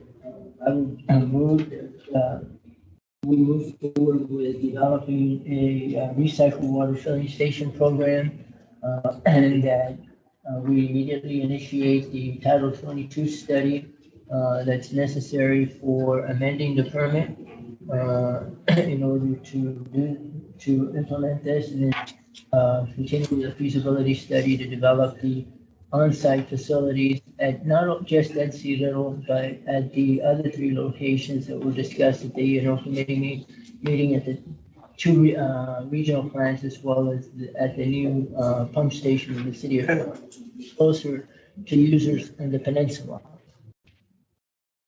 I cannot hear anything that you're saying down here.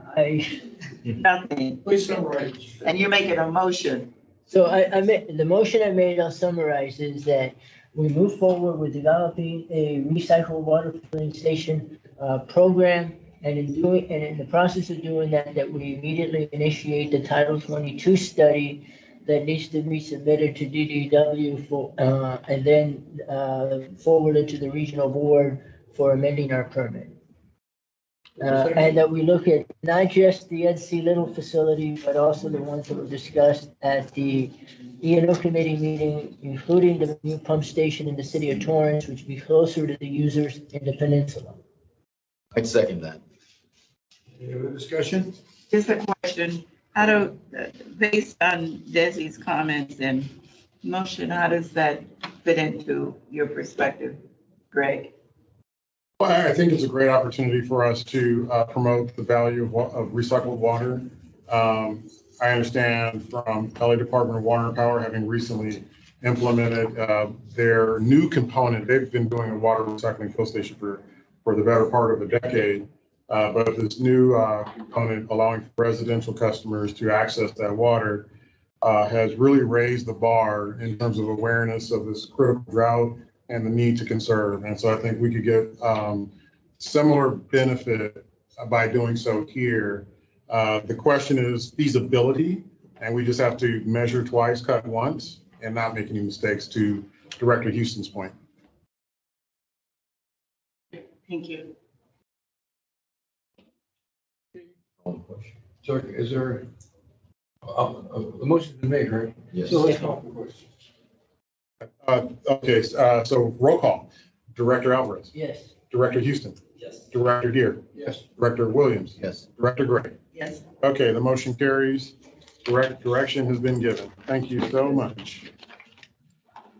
Next item? Okay, that brings us to the Brewer desalter extraction well.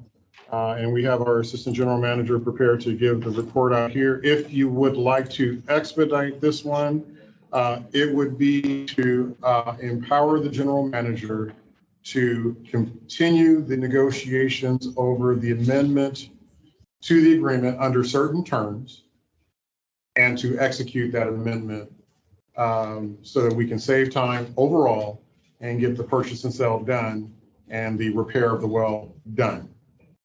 Is this a motion? Make a motion. Move it. Is there a second? Second. Williams, we'll discuss it any further, Mr. General Manager, what do we need to do here? We seem to have trouble with WRD negotiating. I don't think we've had any trouble at all with WRD. I think, Dragging along. I agree with you. But it hasn't been because of trouble with WRD. Keep this going. Okay, so if we're ready for a roll call vote, I will call the roll. Okay, unless there's any comments, we made mine. All right, let's call. Okay, Director Alvarez, Yes. Director Houston, Yes. Director Deere, Yes. Director Williams, Yes. Director Gray. Yes. Okay, motion carries 5-0. Thank you so much. I don't. That brings us to our administrative code revisions to implement a teleworking policy on a permanent basis, moving out of the temporary health order that we've been operating under for a period of time. Let's stop. What item are we on the agenda? I'm sorry, this is 8F. Oh, I'm sorry. I was in the wrong item. Okay, so this is regarding our human resources, our hybrid teleworking policy. We've come before the board last month on this item as an info item. We've been before the Finance Administration Committee on this twice now, the second occasion being the actual administrative code changes to implement a permanent teleworking policy here at the district. So if you'd like to have a discussion about that, our Human Resources Manager, Michelle Green, is here to walk us through that. If you prefer to get right to the decision, I could say a little bit more just to put a fine point on it before you take a vote. What's the pleasure of the board? I would like a presentation to kind of go over some of the points that, because we had discussion on this item, and I'd like to see what the fun, if you would please just give us a final overview of what we're really going to be approving here or not approving. Okay, let's have a presentation. We already had one. Okay, so this is item 8F. And so we have Michelle Green, who's prepared to give the presentation as we did in the F&A committee. Thank you, Greg. Thank you, Director Deere and members of the board. I'll move through this quickly because I know we do have other items on the agenda. So again, as Greg indicated, at last month's Finance and Administration Committee and at this month's Finance and Administration Committee, staff brought forth information regarding the potential or a proposal for a permanent hybrid teleworking policy. At last month's meeting, the staff brought forth information relevant to the policy formation and a survey of our peer water districts and public agencies. And so from that meeting, staff has now prepared a hybrid teleworking policy draft for board's consideration. The administrative code to add section 3-4.1.1, I'm sorry, 3-4.115, the hybrid teleworking policy sets forth the purpose, the procedures, eligibility criteria, employee responsibility, and reimbursement guidelines for the proposed teleworking policy. If you refer to packet page 355, which is a PowerPoint presentation that I presented at this month's Finance and Administration Committee, and that is on packet page 355. I won't go through necessarily why we got here, which is the COVID pandemic to begin with. Again, West Basin is continuing to follow the Public Health Department's best practices to prevent COVID-19. And so we are still actively asking staff to continue to not report to work if they are sick, and to report any positive cases or exposure to COVID-19. And particularly, we provide, or staff provides other staff with return to work requirements and guidelines. If they have tested positive in the last month, we've had 2 employees who had tested positive. And wherever possible, we take steps to reduce crowding indoors or encouraging physical distancing as needed. And we still continue to provide staff with necessary sanitizing and cleaning and disinfection supplies. And again, as always, if anything were to change in terms of any other variants, the district will follow suit with whatever is indicated by our California Public Health Department, CDC, and otherwise.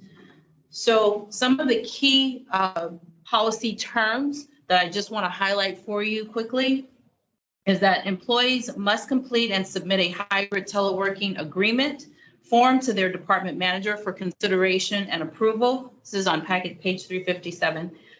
The employee's department manager would then provide the completed form to Human Resources. And then, of course, the final approval of that agreement would have to be from our general manager.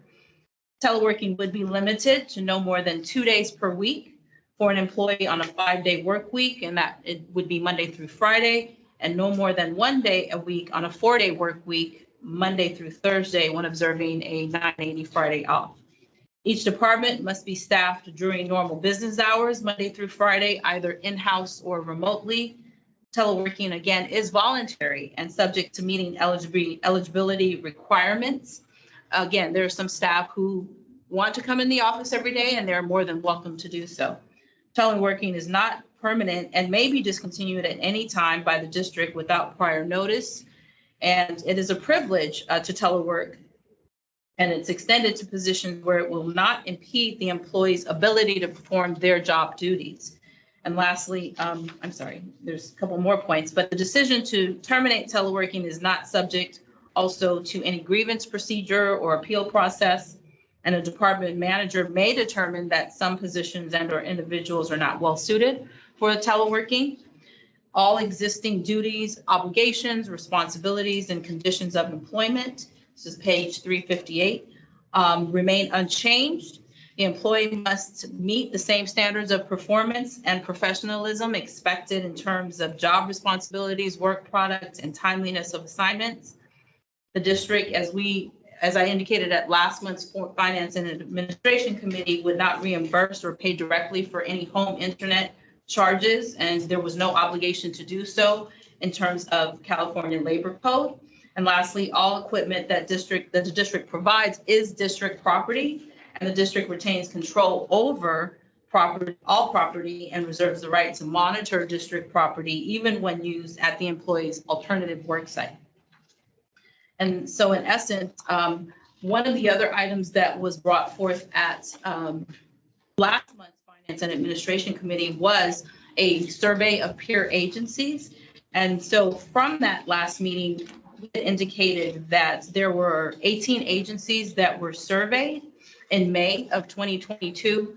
And of the 18 agencies, there were several agencies that did not provide a response. I believe there were about 8 agencies that did not respond. And so since that August Finance and Administration Committee, staff did go back to those agencies who did not respond to see if we could solicit a response from them. So if you look at or refer to packet page 347, this is a final summary of that survey. And just to summarize it a bit for you, there are 10 agencies who have either indicated that yes, they actually have a policy, a hybrid teleworking policy in place, or they're in the process of implementing one. 7 of those 10 agencies have implemented 3 days or more in the office. 2 of those agencies have implemented 2 days in the office. And one of those agencies is a 410 or observes a 410 work schedule. And then one agency has not actually set a specific schedule. 6 agencies are not proposing a hybrid schedule at this time. 1 agency indicated that they are undecided, and there was 1 agency that we did not receive a response from.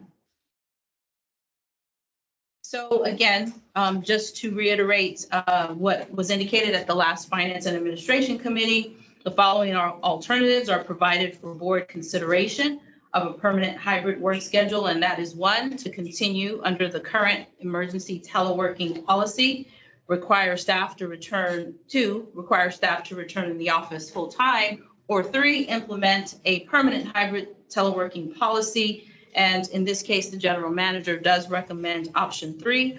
However, again, this is for board consideration, and I'm happy to answer any questions before any recommendations or is referenced or stated. How do the employees feel about this? And would they be required to tell commuters or what? It would not be required. It is optional. It's voluntary. So if someone wants to work in the office 5 days a week, that they are more than welcome to do so. So this is optional. And I'm sorry, what was your other question, Director Deere? And they've been polled at all on this issue? So in terms of being poll specific to whether or not we have a 3-day in the office or 2-day in the office, we have not done a specific survey in that regard. What we did do in terms of the building relocation survey that was submitted to, or that was given to staff, there were some specific questions that tie to the potential of a hybrid policy. And overwhelmingly in that survey, staff did indicate that if the district office were to relocate, that a preference, it was highly preferred that we have or maintain a hybrid teleworking policy, because there are staff who, live in certain areas. And if we move further away, then that would become, they would prefer or wish that the district would be very flexible in terms of allowing a hybrid approach, if that were to be the case. Board Member Houston, I will move the option 3 recommendation as supported by. I will second that motion. Second by Director Williams. Any further comment? I do have a question. Go ahead, Director Gray. How many agencies have the same model that's being proposed today? Out of your survey? 7 agencies. When you say 7, so they all propose 3 days a week? In the and 2 office? days telecommute? That is correct. I'm sorry, Director Gray. And there is one agency, I believe, that requires 4 days in the office. I know Director Deere asked the same question I asked several weeks ago, and that was the same response. So the questions to the General Manager, you really have not told your people specifically on this particular question, correct? We didn't do a survey on how many days Right. the staff would prefer, no. Did not ask them. Questions? Go ahead, Director Houston. Just really quickly, so we discussed this obviously at the Finance Administration. Both Director Williams and I moved it to the board without a recommendation for this discussion, but I know I stated that I am in support of this recommendation. So that's where I'm at. I think You do or not? I am. So I made that motion. So just so y'all know, I think we've definitely done a lot of due diligence on this. I think it's a great value for employees. So that's my decision. We didn't finish my question to Greg, but just, and I know that telecommuting has been around for ages. This is not the first time, years. But do you think there was a need to ask your employees about this? Or you feel very comfortable that what you're proposing makes sense? I do feel Let comfortable. me ask you this also. Are your employees on 980 also? We have a large majority of our employees on the 980. I would probably defer to our board secretary to maybe confirm that whether we have any that are on a 540 schedule, but I think it's by. I would put that question to HR. Okay. Yes, I'm happy to And respond. explain 980 real quick. Correct. So we do have the majority of staff who are on a 980 work schedule. Of course, we have approximately about 3 to 4 employees who are on the 540, whether it's due to meaning they come into the office 5 days a week and work 40 hours a week. And that's because of maybe some specific requests or accommodations that they have in terms of childcare, et cetera. And then of course, our general manager, for the most part, observes the 540 and our assistant general manager. But the large majority of staff is on a 980 work schedule, wherein they work 9 hours a day and observe a Friday off every other week. So we do not have a closed Friday. We do not have a dark day throughout the district. So on either Friday off, we still have staff that are reporting. So we have a Schedule A and a Schedule B so that there is no observed completely dark day for the district. So staff are always present. Yeah, And I would like to correct, feels more like 550. But we don't count you, Greg. We're talking other employees, so we don't count you. So you're putting it in. So Okay. when an employee has that Friday off, how does that telecommuting twice a week? Does that mean they get 3 days off and 2 days in, right? So with what's being proposed, they would, for the Friday that they have off, they would be required to come into the office 2 days. 3 days a week. 3 days in that week. So they would only telework 1 day. On the Fridays that they work 5 days, they would telework 2 days. Right. Okay. Thank you. Okay. Pretty nice. Yeah. And you know, I think what we're trying to do is bring some permanency to what has been a temporary condition for the past, I think, 2 years. Recognizing that I think everyone finds value in the flexibility that a hybrid work schedule affords. Although temporary means that it can be removed at any time. Right. This brings a certain amount of certainty, both for the district as well as for the employees and their families. Any discussion? I just want to comment. I do know that we, yeah, thank you. Just real brief. I know we're gonna vote on this, but I do want to say that the staff, from my perspective, have functioned outstandingly with the model that you have right now. So I do, and I made those comments before. That's right. I would agree with you there. Thank you. Do we have a motion made already? Yes. Okay, let's call. Okay, so roll call vote. Director Alvarez. Yes. Director Houston. Yes. Director Deere. Yes. Director Williams. Yes. Director Gray. Yes. Okay, 5-0, the motion carries. Thank you for your support on that. That brings us to Information calendar. the information calendar. Okay, We receive and file these items, or do we have to hear reports? well, I would, Every one of them? Well, maybe expedited, but this meeting got Maybe you have canceled. C and D, and you can skip A and B. I would like to hear A. I would like to hear B. We'll do them all. I Yeah. don't need to hear C. We should hear D. So Reminder 9. A. Okay, so we have our Manager of Communications, Amy Rocha, here to provide our communications update. And in particular, we really would like to interact with you, the board members, around the planning for our water harvest event, which is just a few short Saturdays away. And so Amy and her team have put together a very thorough planning document, which I believe was emailed to each director. And so if you have not had a chance to look at that planning document, I believe we have a copy here to hand out. And so that's going to be a very prominent component of the communications update. So Amy, please.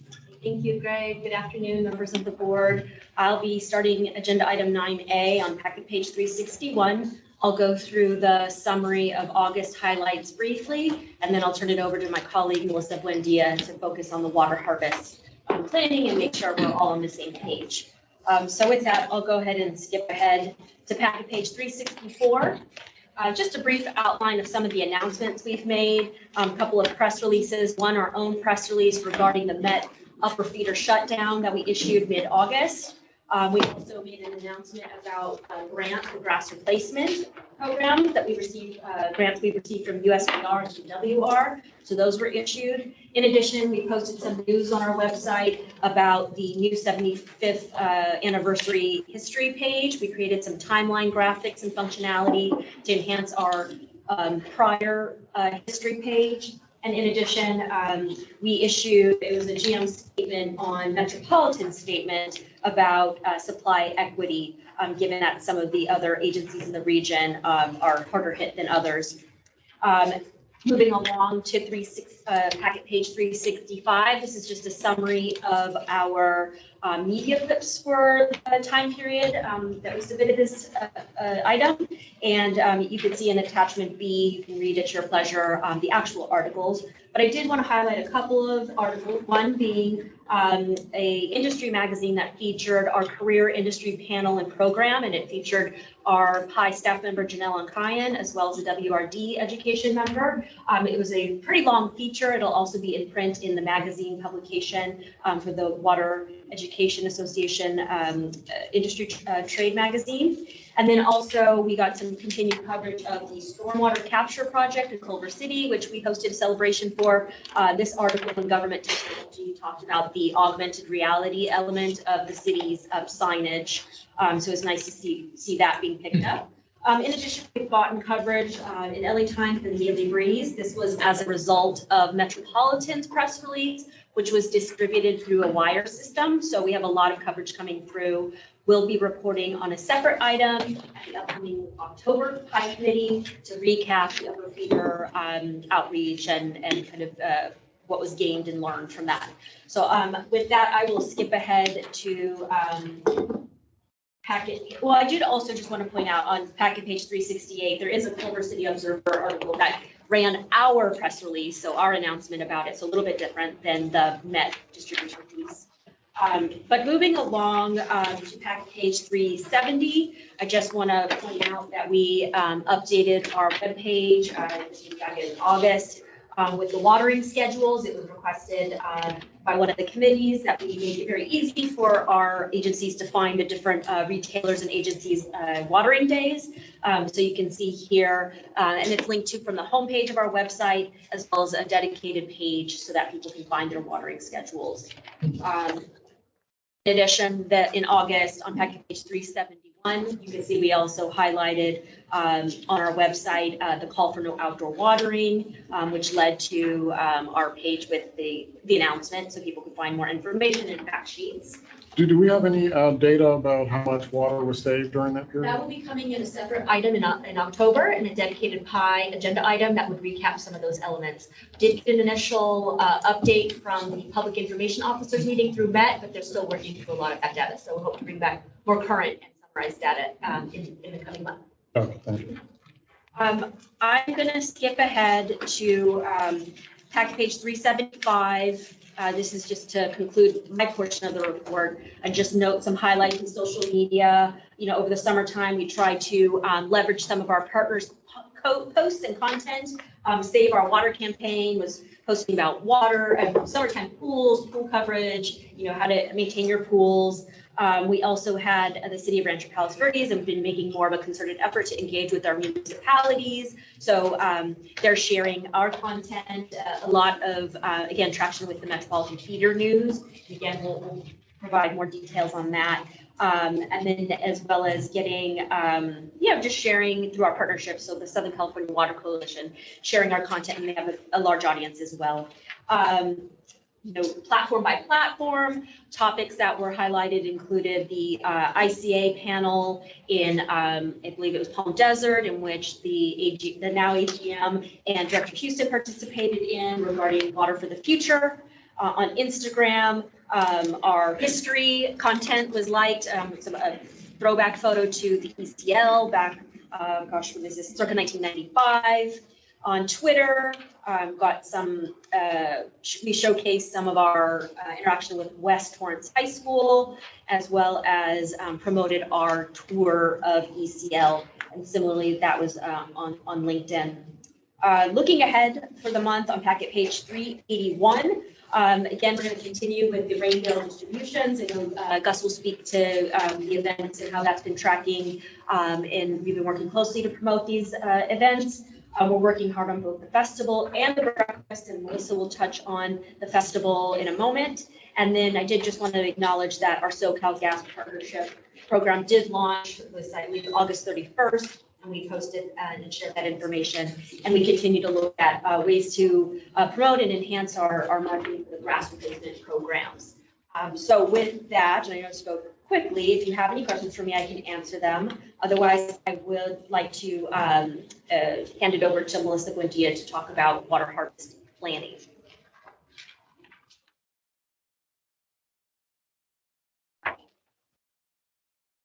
If there are no questions, I will transition back to water harvest. And like the general manager did mention, you should have a physical copy of this handout, which does summarize a number of the planning elements. I'm going to be referring directly to this document. What page is it? It's not in the packet, but it's a separate handout that was provided earlier.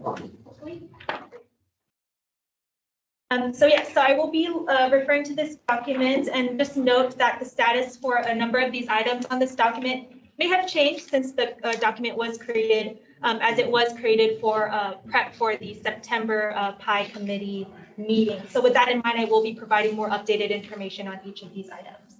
So just to get started, in terms of booth participant increase, we've had such a great positive response. Staff is actually currently working on closing out some of our booth participant inquiries that have come in over the past couple of weeks.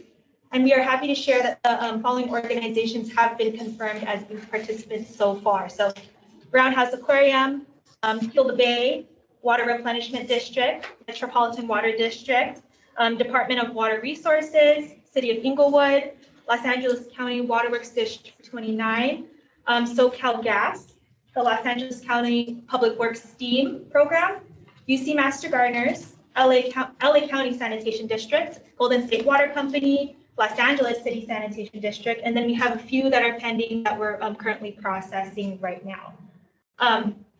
We also have West Basin will be hosting our own series of booths that will highlight the theme of the 75th anniversary, as well as the important messaging surrounding the current status of the drought and our water resources in the area. So we will be hosting our water conservation booth, which will be hosted by Gus. We will also be hosting a water usage booth, our 75th anniversary, which will feature a history gallery, which we're really excited about.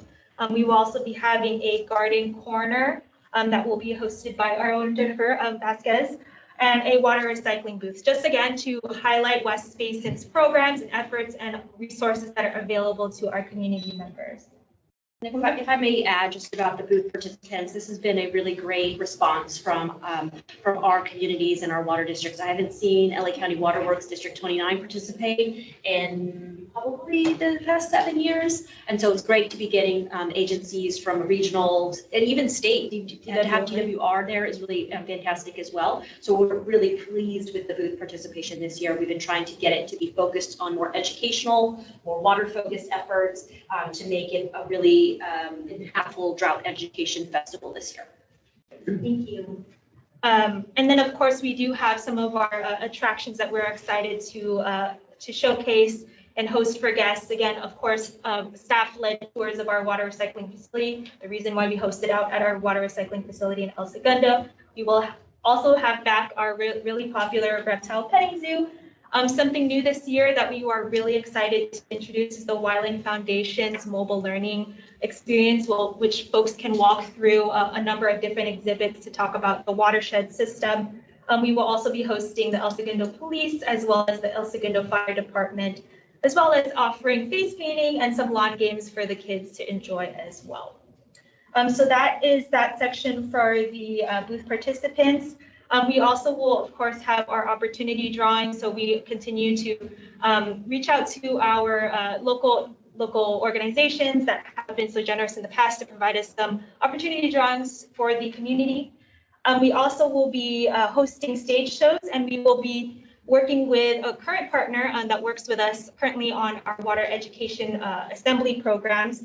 So we will have Wildwoods Foundation host a series of 3 stage shows spread throughout the event time from 10 a.m. to 2 p.m. So again, they're going to be adapting their drop in the bucket assembly program to be appropriate for stage shows that will last about 10 to 15 minutes apiece. I already mentioned here that we will be hosting recycled water tours of our facility. So again, we are excited to continue to do so this year and highlight the importance of our recycled water program. Sure. Great. How many tours will be given on the day? It'll be ongoing. So as we gather a number of folks in the tour entrance area as groups, I think it averages around about 10 to 15 people per group. Once we get that amount, we'll have a tour group. So it'll be multiple tours that are dropping in. Wow. Okay, cool. Nice. And moving along, if there aren't any questions on those particular items, I will move along to. Sure, first introduce. I'll do my really fast ones now. So regarding the booths, do we have some nonprofits from the past that are still coming, or they're? We do have Heal the Bay, and then one that is pending right now that I need to check in if they've submitted their booth participant form in the Sierra Club. Oh, Sierra, okay. And what about, I don't know, did they participate over Grades of Green? I don't remember, but they're local. I would need to check in on that. I don't recall from the past couple of years that Grades of Green has participated, at least in the past 2 to 3 years that I've been involved in the project. So I can check on that though.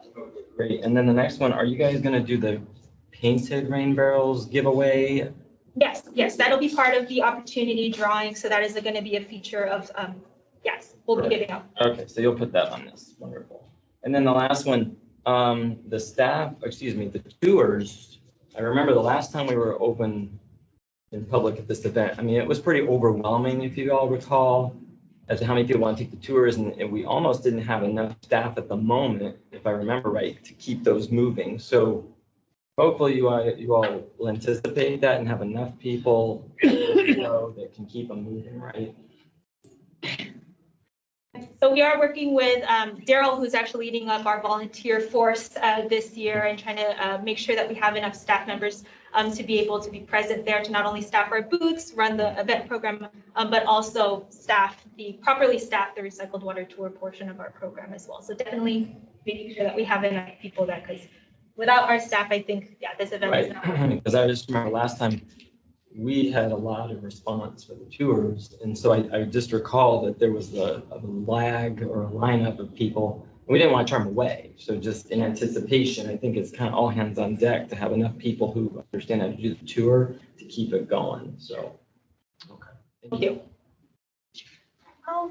Any other questions on that section? I will then move along to the 75th anniversary breakfast portion. Still waiting for you to put in a dunk tank for some of our directors. We haven't done it yet. There was an article about some local officials that were doing a dunk tank in the beach cities. I thought of you. You should do it. Have a candidate for the dunk tank? Don't answer that. General manager.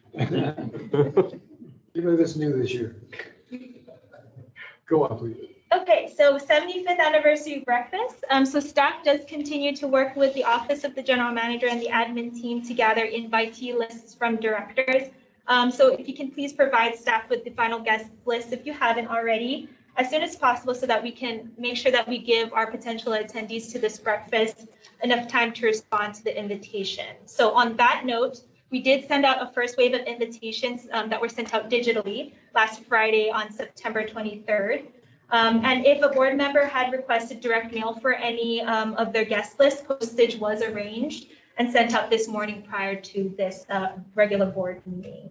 And if I may, the printed invitation, I'm sorry, it's just wonderful. I mean, it just really is a very nice, very well done invitation. I just think it's remarkable. So, for what it's worth. Thank you, Greg. Yes, so as Greg mentioned, you should have physical copies with you as well. And if there are, as well as any of that, they were specifically requested, for guests that didn't have any contact information, that's why we provided physical copies so you can hand it out at your leisure. So in terms of the program itself of the breakfast, the draft run of show document can be viewed on page 5 of this document here. I believe that is the last page of the document. Yes. So that is just a skeleton of the run of show. So you can see that it does begin with the board members' arrival that morning at 8:30 a.m. with guests arriving shortly after at 8:45. And then breakfast being served beginning at 9 a.m. And then 15 minutes after that, we will be beginning a formal speaking program, and will include a series of remarks starting with welcome remarks from our general manager, a viewing of our history, a 75th anniversary history video, and then of course remarks from the board members, followed by any guest remarks. So we will work with the Office of the General Manager and provide draft talking points in the coming weeks so that we can make sure that we finalize those in the program ahead of the October 13th Public Information Education Committee, which I will plan to have all final documents and needed items for you at that time.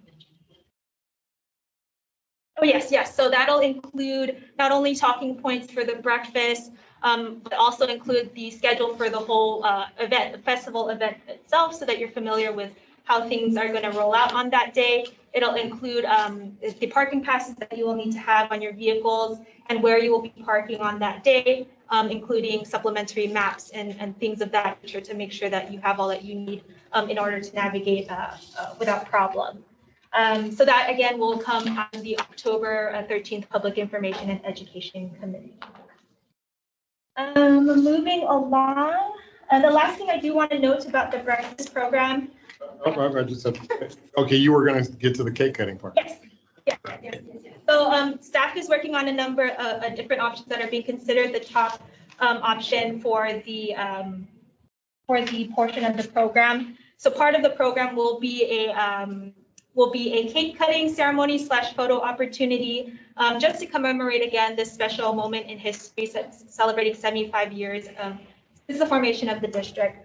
So the staff is currently working with Torrance Bakery to create a decorative sheet cake that we plan to have at the breakfast, so that can be used for the photo opportunity. So we're hoping that we're going to have the design elements be a white cake with some silver elements, stars and swirls is what we're thinking, and featuring a print of our special edition 75th anniversary logo. So that's the direction that we're going. But again, if there's any other feedback or questions about this particular part of the program, I am happy to answer them.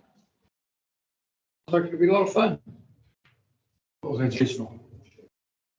Let me ask a Go ahead. couple quick questions. One is parking. I had one of the guests that did invite, she sent me a note concerned about parking in the sense of, do we have handicap parking available Yes. or a drop-off zone for folks coming? Definitely, yes. We indicate the side of Hughes Way on the side of the facility, that whole row will have signage there to indicate handicap parking. If they prefer to drop off in that section, they are more than happy to as well. It's right before the main entrance driveway of the. So it's not a long walk. No. If you pull up to the front of the driveway, you can park on that length of Hughes Way. And I could share a map with you so that you can see And exactly. then you all will have somebody available for assistance if someone needs to. So that can or what have you. So we can.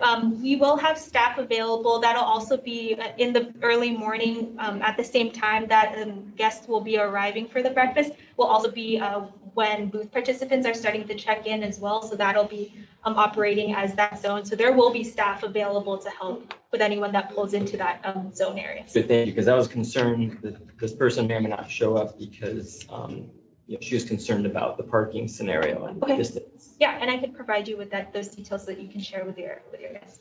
And then the other question was regarding the breakfast, and I know we have our guests that we put in, but are our customer agencies being invited? Do we make sure that our customer agencies have been represented at this breakfast? The way that we did the invitee list when we sent it out to or requested from the board is to consider a number of different categories, including some of our customer agencies. I may have the list in front of me, but I can pull that. There are a number of folks from various cities that are being invited, but I would need to pull the full list to see who specifically from our customer agencies are on the list. It's a mixture between each of the directors' guests list. Okay. Well, I was concerned this was going to happen, but it sounds like it did because I think our customer agencies should automatically be invited. Because if one board member decides to invite a customer agency, but another one didn't, someone's left out. So I think we only have like 8 customer agencies or something like that we invoice. So let me pull that list for you and make sure that we have representation. I'm just saying that I think WRD ought to be automatically invited, or Cal Water, or Golden State, or whichever city retailer, but it shouldn't be on the directors to ensure that somebody from those organizations are represented. So I'm just asking. She's going to do it. She just said she's going to do it. We don't have to keep talking. I'm asking staff to make sure that that's done because if that's the preference of the board. Well, that's the preference of the board. Okay. I don't think the board has to have the preference to do it, but it's like these are the ones that pay our bills. But I think we were looking at it as a limited occupancy, and the directors would have the guest list for the limited occupancy. Talking about the breakfast. We're talking about the breakfast, that's right. We're talking about the whole festival. For the whole event, I think we should invite everybody. For the breakfast, it should be a limited invitee list of the directors only. Right, okay, we've done that. Yeah. So if our customer agencies don't show up, it's okay. All right, go ahead. They don't have to come to the breakfast, they still come to the event. Hear about it. So I will move along then. That is the last note on the breakfast itself. But just similarly, the 75th anniversary stage ceremony will also take place as part of the festival community program. And that will consist of a 10 to 15 minute presentation on stage with, again, a viewing of the history video in front of the whole community. So it'll be a great opportunity for folks to see a summary essentially of all of the different historical points that have led us to this present moment in time as a district. And as also, since we will be enjoying a cake at the 75th anniversary breakfast, we wanted the guests to be able to have something to enjoy along with us. So guests will be able to enjoy sweet treats by claiming a special 75th anniversary branded cookie that'll be available at our 75th anniversary booth. And if you did attend the employee appreciation luncheon, we did have those specially branded cookies there. So we plan to have one for available to our community members. And moving along to the event sponsor solicitation portion, sponsorship solicitation was well received, and we officially closed last Friday, September 23rd. So to date, we have confirmed about $14,000 of sponsorship funds, which will offset the cost of the event. So we're very excited for that. And then moving along just to some of these promotion items. I believe listed here is some of the website items. Again, we do have our functioning event landing page, which contains all of the information that not only attendees need, but also who our booth participants are. And then now that we have closed out event sponsorship, a solicitation, we will be transitioning that section over from solicitation information to actually honoring and listing all of our secured sponsors, logos, and things of that nature. It also includes the information you need for parking and transportation to the event. I will move along through some of the promotion items. Again, our team is working diligently to make sure that our community knows about the event, is aware of the event. So we did distribute a press release in mid this month. Flyer distribution continues. So copies were provided to the board, but if there is a need for additional copies, please, I'm happy to continue to work with Julie's team to get that to you in a timely manner. School flyer distribution again continues. Digital copies have been sent as requested to schools, and physical copies will be in hand for those schools who have requested it by October 8th. Just for the record, the Director Greg had to leave. I can wrap it up. There's a number of different, I'll skip over some of the promotion items, but if there are any questions about that, I'm happy to answer Sure, them. we some questions. Are there questions about promotion items? Go right ahead. Okay, so then I will wrap up then with some overview of some logistics. Again, after a series of site walks, the event layout is finalized, and we are happy to confirm that we are, again, getting to full capacity for our booth participants. We have a number of wonderful sponsors. So again, we've had such a positive response to this return to in-person event, and we're really excited. We're about 25 days away from our event. And yes, I know that was a lot of information, but again, if there's any questions, I am happy to answer them. I have one question. Go ahead, Director. We're having a birthday cake. Where is the ice cream? You can have a birthday Ice cream. I have to agree with Director Williams. It's very important. Actually, the ice cream is more important than the birthday cake. Right. I agree. I'm an ice cream cake girl myself. I have to agree with both of those gentlemen. I like ice cream too. Fortunately, it'll be in October, so the ice cream won't melt. That's what you think. That's what I think. Not in Chicago. Right. Okay, thank you very much for your excellent report. Are there any other questions? Well, I just want to applaud Melissa and Amy for putting this together because we wanted to make sure that you, as the board of directors, were very in tune with how this event would proceed and have a chance to ask all the questions that you might have of us. And thank you for that time. Mr. Chair, Go ahead, Commissioner. I just want to say this, that I have never been at an event that was put on by you folks that had any problems. The last one we had in person was outstanding. And there's no doubt in my mind that this one is going to be better than that one. Cool. That is cool.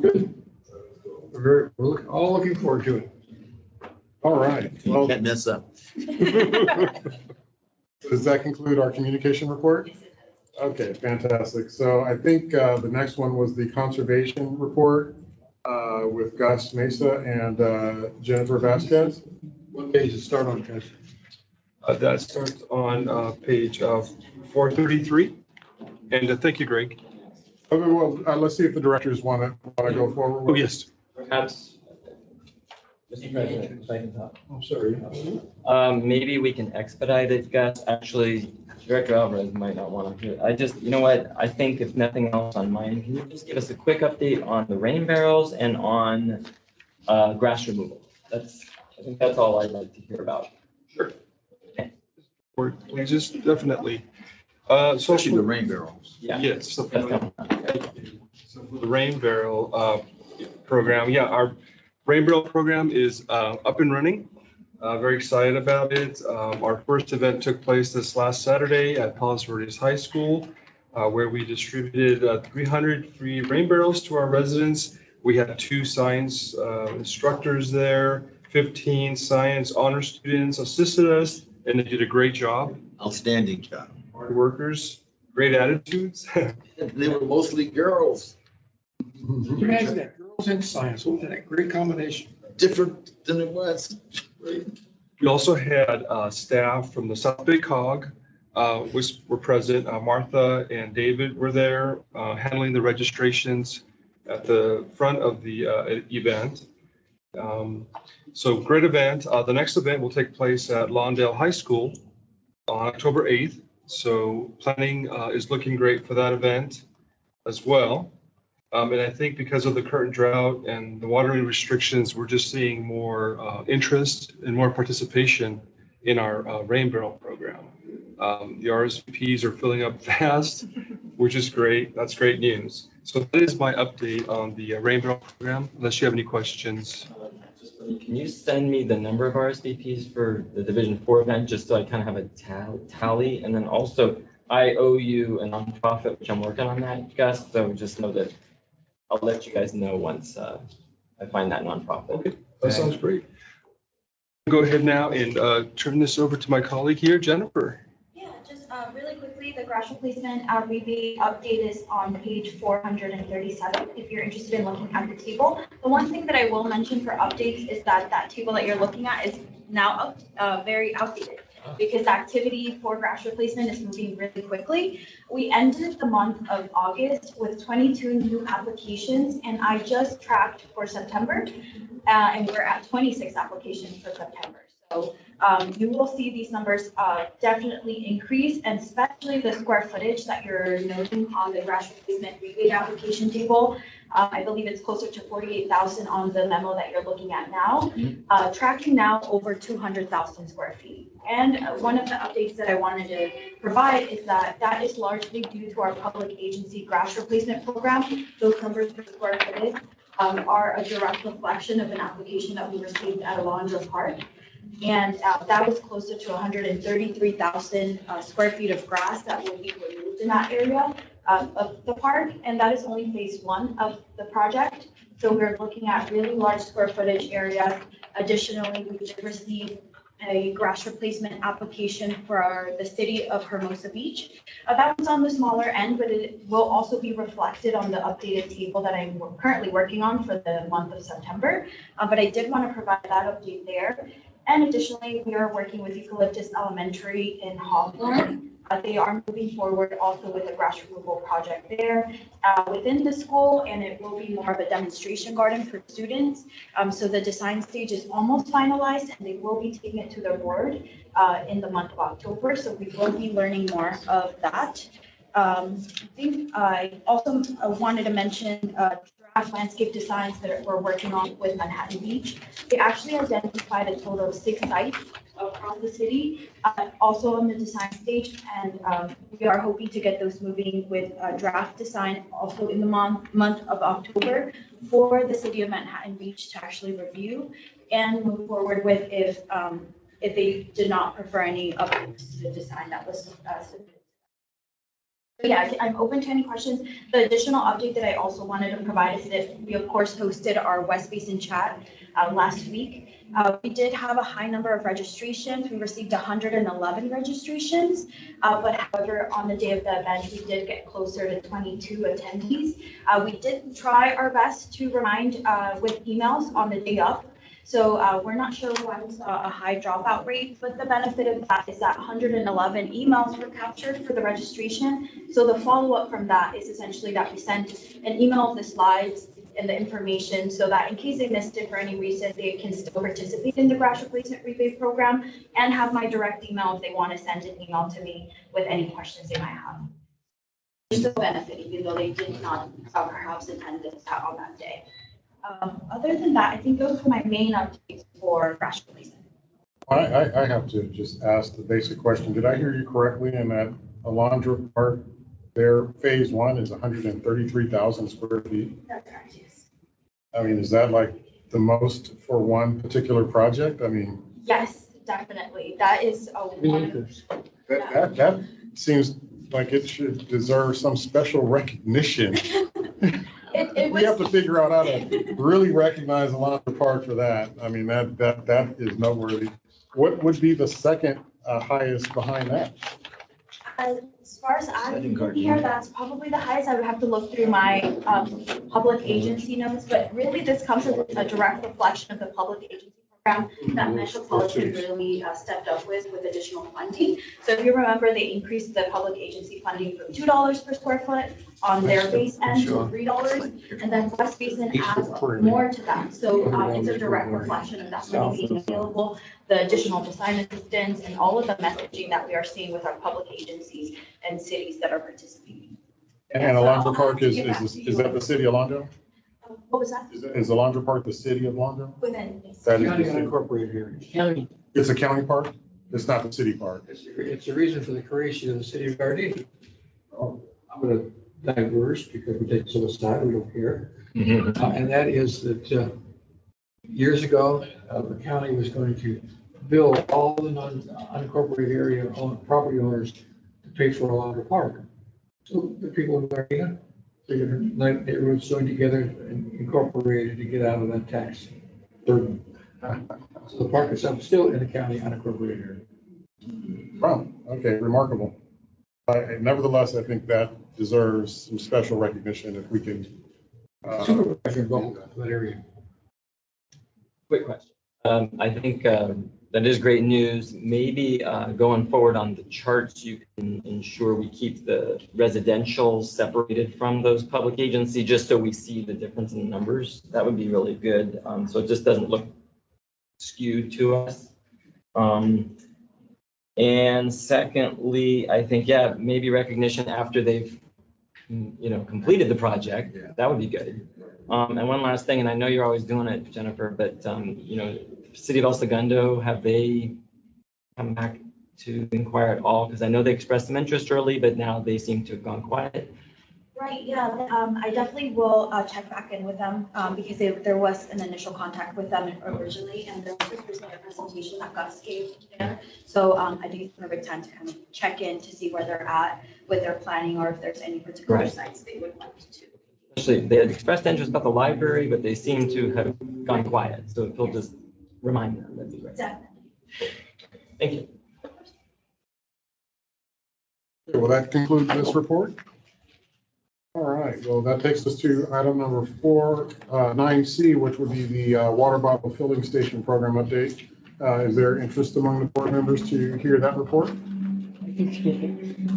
Quickly, a quick one, yes. Okay, so it sounds like there is an interest. So we have Tammy Hurley High, who is prepared to give that concise report. Yes, absolutely. Thank you, Greg. Thank you, Tammy. Board members. This report begins on page 143. So as you know, the district water bottle filling station is entering into its 6th year of partnering with local entities to provide members of the community with access to safe and reliable tap water. That is 60 years we've been doing this? I interrupt. Did you say 60? 60? 6th year. Six. That's a big difference. Yes. Thank you. I was surprised. A long time. 6 years. I didn't have these things 60 years ago. Williams would be the only one here if we had 60 years. Right. So if we can go to the first slide, please. We'll show you where we're at with the status update. So the fiscal year 2020-21 application, Palos Verdes Unified School District, they are making progress on installation of their stations. Culver City Unified School District, their installation plans are still pending. If we can go to the next slide, please. So regarding the applications that we received in this fiscal year, the city of Hermosa Beach, they've recently completed construction on their unit at the baseball dugout in Clark. It's located at Clark Field.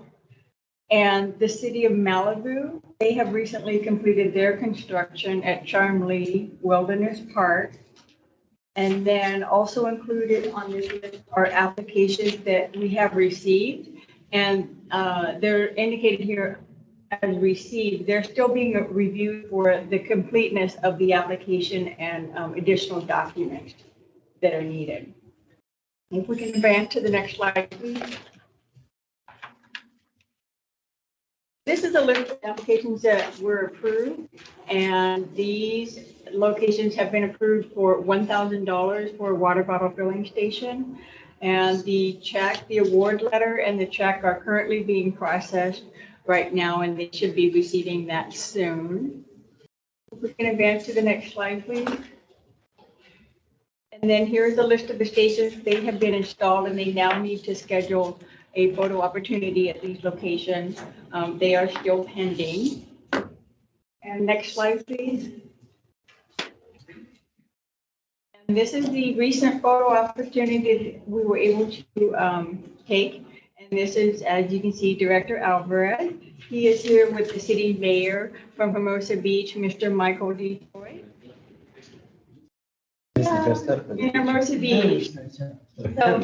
So you can see this filling station is located at the baseball diamond at Clark Field. It's one of the city's major outdoor recreational facilities. And there's a lot of people that, you know, the fence is open during the day as well. So people, even if they're not having a game, they can go and utilize the station. And the next slide, please. So this is the last slide. It shows the fiscal year budget for this year. And we've indicated just one application that we've received and the requested amount of $1,000 for the city of Gardena Crowley Park. I am also receiving more inquiries, and there'll be more applications coming our way soon. I'll be happy to report on what we have received next month. So that concludes my report on the water bottle filling stations. I'd be happy to answer any questions. Well, thank you, Tammy. Great, thank you.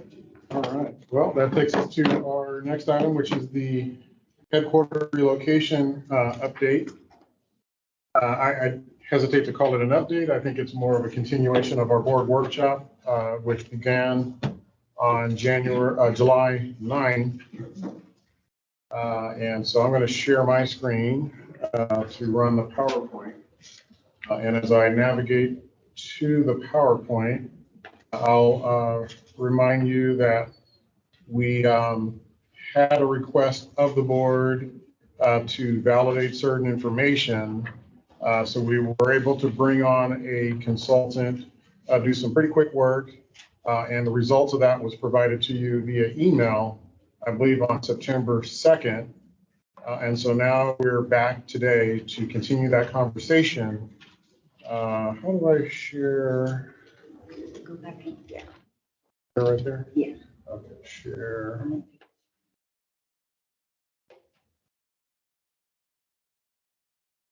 Okay, there we go. Okay, all right. So, so we're getting back into the conversation now that you've had that materials, and so that those materials have been incorporated into this presentation. And I'm going to fast forward the slides here to the what I want to emphasize is the purpose of this discussion was to seek direction from the board as we have been contemplating the award of 2 contracts. One contract was for the real estate services to market this building and to help identify alternate locations to move to, whether that be a purchase or a lease. And then also to bring on an architectural and engineering firm to help work out design concepts for the new location, principally at the Edward C. Little facility, but potentially at an alternate location if we found that to be a more suitable option. We began the workshop with the understanding that the board wanted to weigh in on the scope of these services before we award them, so that the information that's provided by the A&E firm and the scope of the real estate services firm is supportive of the kind of decisions that you're looking to make. And so that's the purpose of the workshop, and we're continuing that today. So I just wanted to zero your attention on this slide and those 2 services that we have yet to award. So with that in mind, I'm going to take you back to the top of the presentation, and I'm going to quickly run through these slides. We talked at the board workshop about the background of how we got here today, various aspects of utilizing this building and making certain decisions, and then the directive to proceed with marketing the building and to look at relocating. In the board workshop, we looked at various scenarios where the question was raised by the directors. Okay, how much square footage do you need, Mr. General Manager? So I think that question, what's going on here? Okay. And so the architect, the quick work that was done answered that question.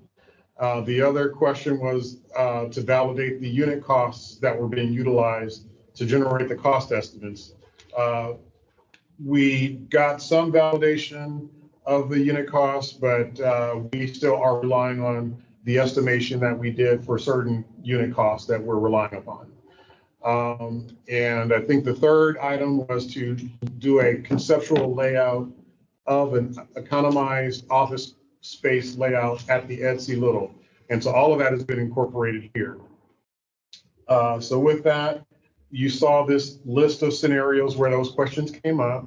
This is the old version, which is why the table is crossed out. I'm sorry, I didn't mention the board package page numbers.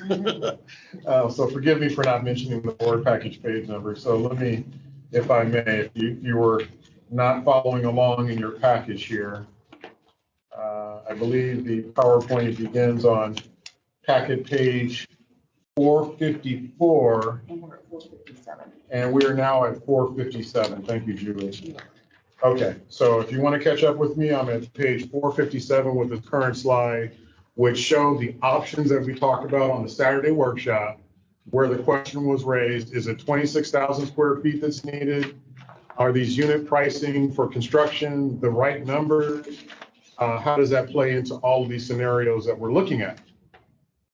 Okay, so with that, we brought on IDS Group, who had done some work with the district previously on this very same analysis.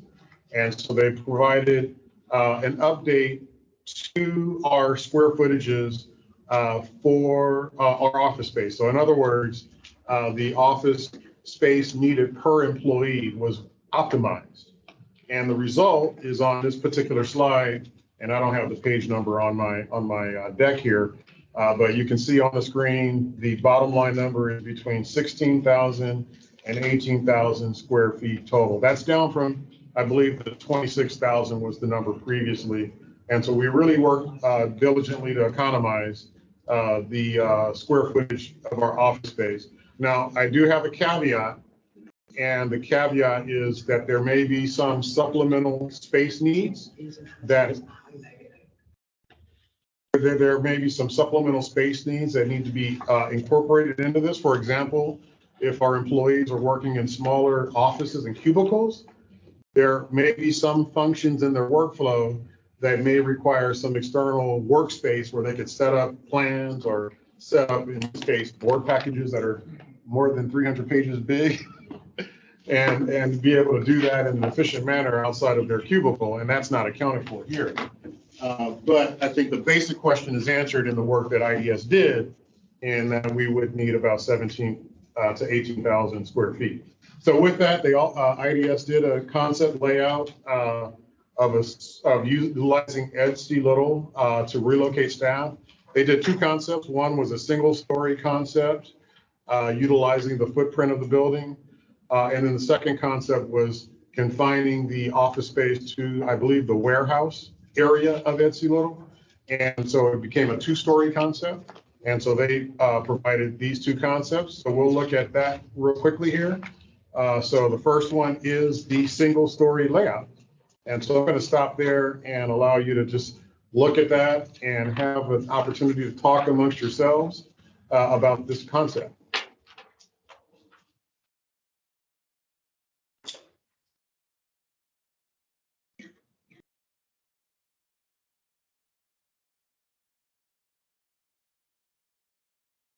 Okay, it doesn't sound like there's much conversation to be had. Let me point out a few things. Okay, so in this particular concept, the first item you'll notice in the upper right-hand corner is that it says 16,392 square feet. It also has a price tag of about 24, almost 25 million. And there are certain assumptions that go into that cost estimate. And so that cost estimate can be optimized based on those assumptions. And so with that being said, you see the usage of the warehouse to the left, and then you see the usage of the laboratory to the right, and then you see kind of an extension of the building showing a boardroom outside of the current footprint of the building to the right, to the far right. So I think those are maybe the three main elements that you should notice from this diagram. The middle core of the Ed C. Little building is left untouched. So the education center is in the gray area in the middle.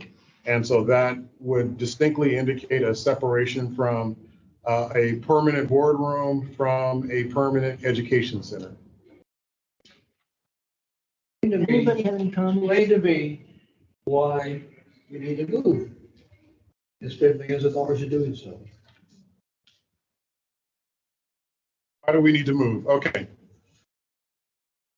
My understanding of how we got here is that the building that we're in has accommodated the district's functions and has been renovated from time to time to enhance the use of this building. And at a certain point, it became apparent that some of the investment that we need to make in order to continue occupying this building, specifically addressing structural, I want to say deficiencies in the building, certain mechanical and electrical equipment, the elevator, the boiler, the HVAC, all of these various items that amount to improvements necessary to continue to safely occupy this building amounted to X dollars. I think that X dollars was about $12 million. And not having been a part of the conversation at that time, maybe a few years ago, it dawned on the board to maybe look at other alternatives rather than putting another 12 or so million dollars into this building. An alternative. I'm sorry. That was the alternative at that time. Either move or repair what you got. Either move or repair what you got. And by the way, my staff had informed me that the $12 million was to bring this building to its studs. You can drive by and see clear across the building for $12 million. So it would be really rehabilitating, getting, I believe, to a LEED certification status. So you had energy efficiency elements as well as all the improvements that needed to be made. Can that be downsized to something a little bit less costly? I don't know. But going down to the stud seems like you are going to really retrofit and renovate this building to be something like almost brand new. That's what that tells me. Yeah, $12.5 million, 3.5, I think, were related to structural improvements.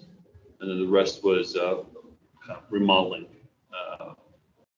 type of work and improvements, aesthetically and as well as internal type of improvements to the office spaces within the building. But for something that's close to 30,000 square feet rather than the 16 or 17 that we are determining here.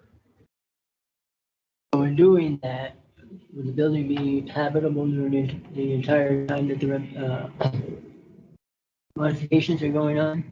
At the time, the determination was that it could be habitable while the improvements are being done. Yes. You could you could continue to occupy? My understanding was that you could see through the building.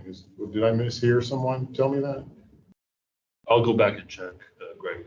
Makes a big difference. If you have to relocate for a year, that's a tremendous cost. Okay, if you have to relocate during the You have to relocate for a year because you can see through.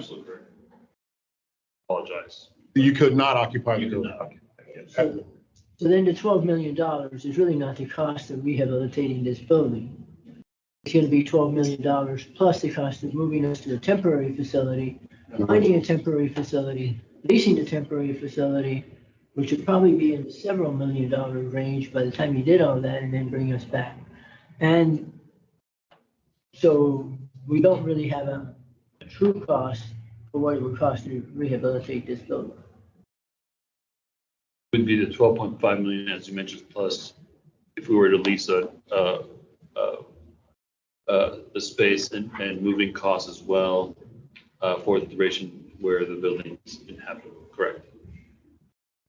So maybe we can see those costs in some future date, because that's the cost of rehabilitation. It's not just $12 million. Would the board like that information brought back?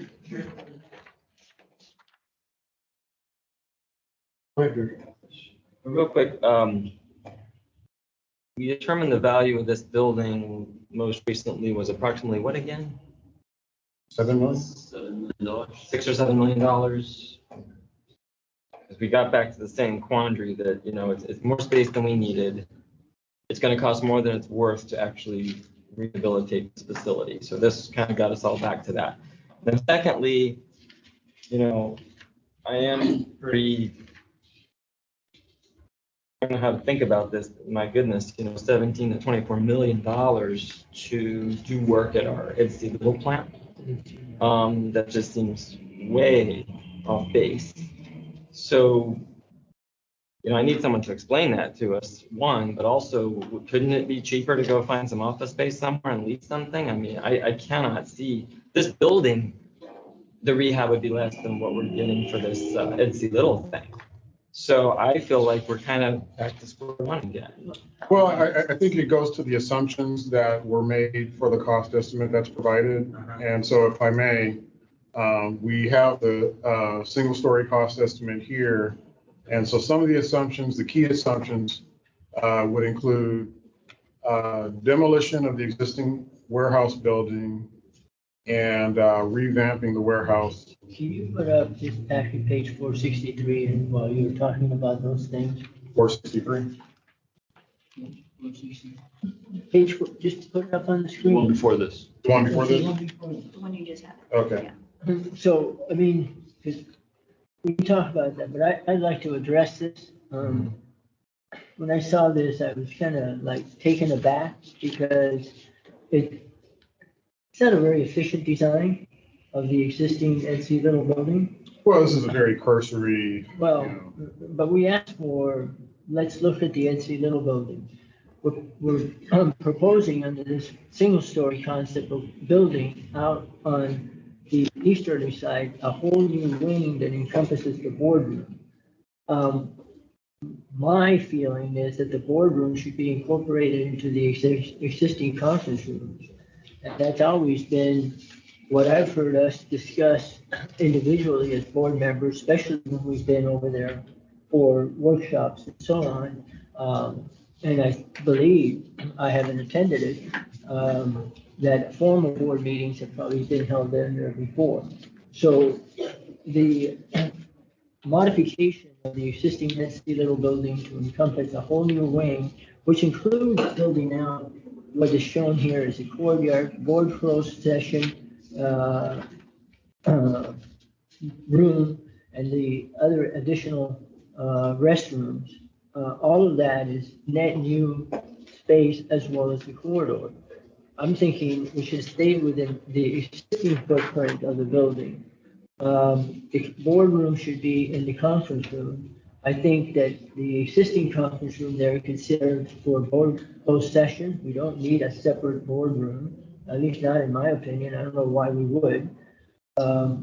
And then in laying this out, why we have these internal courtyards, again, that all adds to the need for additional space really isn't necessary to operate and to conduct business. So I look at this plan and I see a lot of inefficiencies in it. I don't see taking opportunities of what the footprint of that building allows it. And hence, that is reflected in the cost. I was actually surprised when I saw the cost for a two-story addition to be less than the single-story addition. Because you typically adding a single story to a first story to a one-story building, if the one-story building footprint can be saved, tends to cost a lot more money. So I'm not a fan of the information that's been presented here. I'd almost send this back. I think it's very inefficient design. Just to start off with.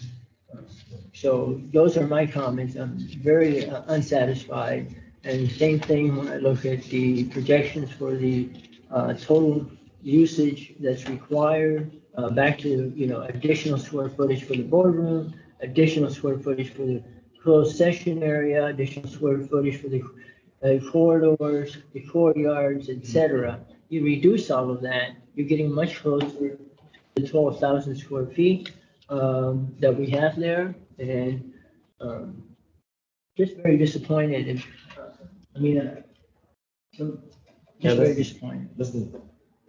Let me use it. Yeah, because look, first of all, no one's made a decision about what to do with the laboratory. I know different opinions have been talked about, but no one.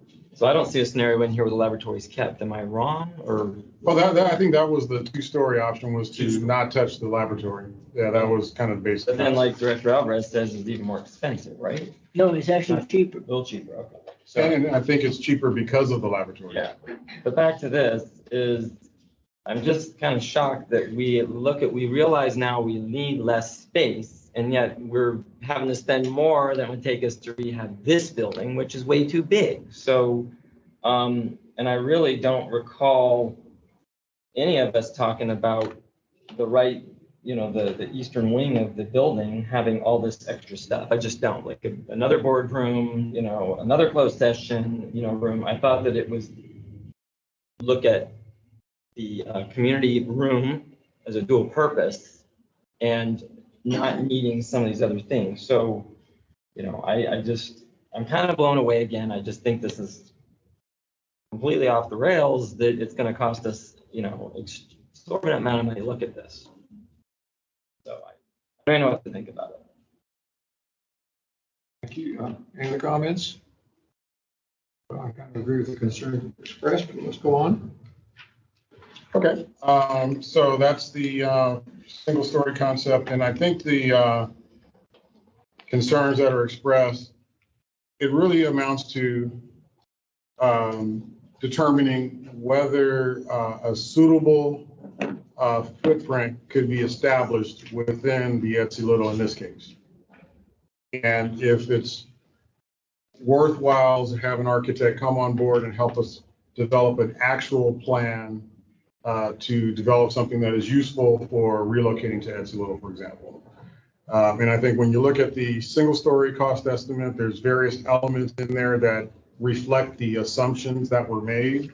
If we were to carve out and say, we don't want to have a separate boardroom, we want to integrate the boardroom into the learning center, well, that's a savings right away, right? You know, I think the boardroom building addition is line item number 5, east wing, 3,600 square feet, 2.6 million. So right away, you're reducing the cost by 2.6 million just from that one line item, just as an example. So while it may seem to catch the board off guard, and maybe it seems that it's not the most efficient use of the building footprint, this was done in a rapid manner with little, it was not a prescriptive task. The architect tried to, provide something that can help the conversation. That's really what the spirit of this is. And I think it's helpful for the conversation. Everything you're saying kind of puts a little bit more flesh to what is the expectation. And we have some numbers that we can carve out and say, okay, well, we don't need line item number 5. We don't, we can carve this thing out and see what are we looking at. All right, with that said, the second story, the 2-story concept was meant to not touch the laboratory because there is a cost factor involved with touching the laboratory. As a matter of fact, let me go back to, here's the single-story cost estimate. The demolition of the existing laboratory by itself, they say that's $300,000. That's not a lot. And then I think replacing the laboratory, line item 12, replacing it in kind elsewhere on the property, $5 million. So if we were to make a decision, okay, we're going to remove the laboratory, but we're not going to reestablish it, and that's probably a whole nother discussion by itself. $5 million out of the 24 million. So again, it's almost like you can pick and choose what elements you want to include, what elements you don't want to include, and then that can inform the task going forward if we were to hire an architect to actually put a lot more horsepower into this concept. This was a rapid thing that was done, in the course of a month and a half? Just really kind of quick turnaround, so. Let me just speak for 1 second because I'm not an expert in all of this, but let's be honest with ourselves. There are many, many companies and startups. They might have 25 employees. They might have 50 employees, give or take. I don't see most of them probably dumping 10, 20, 30 million dollars into an office space. There's a lot of office space around the area. So I just find it really kind of crazy. Example, I don't know how many people work for the COG, South Bay Coalitions of Government. How many? Like I've heard a small number, but I don't want to. 25 or 16? I was going to say less than 25. Oh, but still, that's my guess. So maybe half of what we have. And I don't know if they're still in that office over there or they moved. But regardless, remember that office, I assume they had enough space to do what they needed in an office building, and they had that boardroom where they could meet. So, Excuse me, are you talking about the building off of Western? Yeah, there used to be their office. Yes. They're not there anymore, right. Yes. I don't know where they're at right now. I think they're in San Pete. Are they now? Did they move? Jim Deere, here we go. Yes, so, because that building. They're no longer on Western. Please come here. You got to chair the meeting. Yeah, who's No, that's, So anyway, really quick is. Oh, I see what you're saying. You should be the one. No. I just think that we need a better assessment of what it costs now that we know the type of space we need to look at a location. Well, I want to draw everyone's attention back to the point of this discussion, which is we have 2 contracts that we were set to award. Yeah. One is the real estate services that market this building and help us identify alternate space. The second is the architect and engineering services, and we have a range of tasks that we were set to have the architect perform. And the purpose of this discussion was to refine that scope so that it provides the directors with the information the board needs in order to make the kind of decisions that the board is trying to make. I think this concept layout was meant to answer a few questions, but it wasn't to accomplish the body of work that we were tasking under this contract. I'll just finish with this, and then I'll let the other directors opine. But, you know, even this two-story having, again, this separate boardroom, which I just don't recall it being part of this discussion in the beginning of this, and then you have a different closed session and a conference room, which obviously, if we're in the office, we can utilize any room we needed to do for a closed session. So all that being said, I'm again dumbfounded by the cost of this. I just think it's exorbitant. I mean, we don't need a Taj Mahal in any way, shape, or form for our staff. And I'm not saying that in disrespect to staff. You all know, every one of us can go into any office building and you see when they're set up appropriately, they're comfortable. I just cannot, do you know how would we justify this kind of price point to our ratepayers? We could not. So with that, I will finish my comment, and I know Director Alvarez wants to speak, so Director Alvarez, you have the floor. Director Williams wants to speak. No, I'm leaving it to the experts. Go ahead.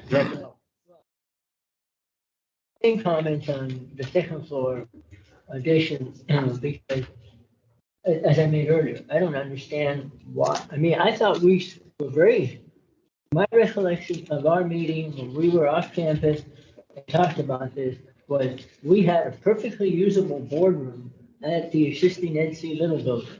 So I see new boardrooms in either option, and I'm going like, the cost of that, because it's expanding the footprint of the building, et cetera, totally unnecessary.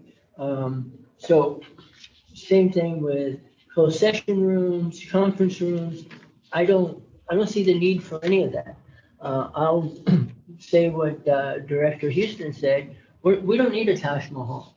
From a director's point of view, I don't need a fancy boardroom, and I think it would be a very fancy boardroom to have the boardroom that right now is the educational center or whatever we're calling it. You build at one end a dais, and you can retrofit that with some audiovisual equipment, and we're set to go. And that room can still be used for all of the education that it's currently being used for. So, I for one do not support a new boardroom or a separate conference room or a closed session room or any of those things. I do not believe that the board needs that much new space at all. And I think that the board can use the existing spaces at CLO with slight modifications to it, which would cost a lot less.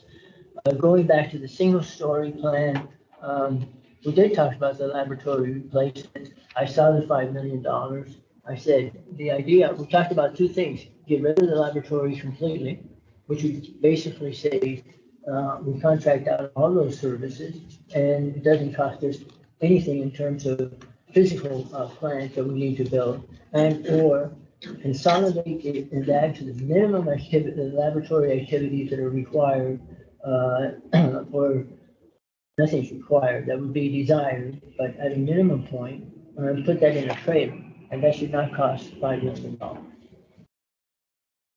So yes, I looked at this and I'm going, why are we headed in this direction? It just seems excessive and ill thought out, in my opinion. Well, but the one thing is, we didn't make a decision regarding the lab. I mean, No, but we did it was talk your, about- right, you had your opinion, but as a collective, we haven't decided what to do with the lab. So the lab is still up in the air. Go ahead. No, I don't know.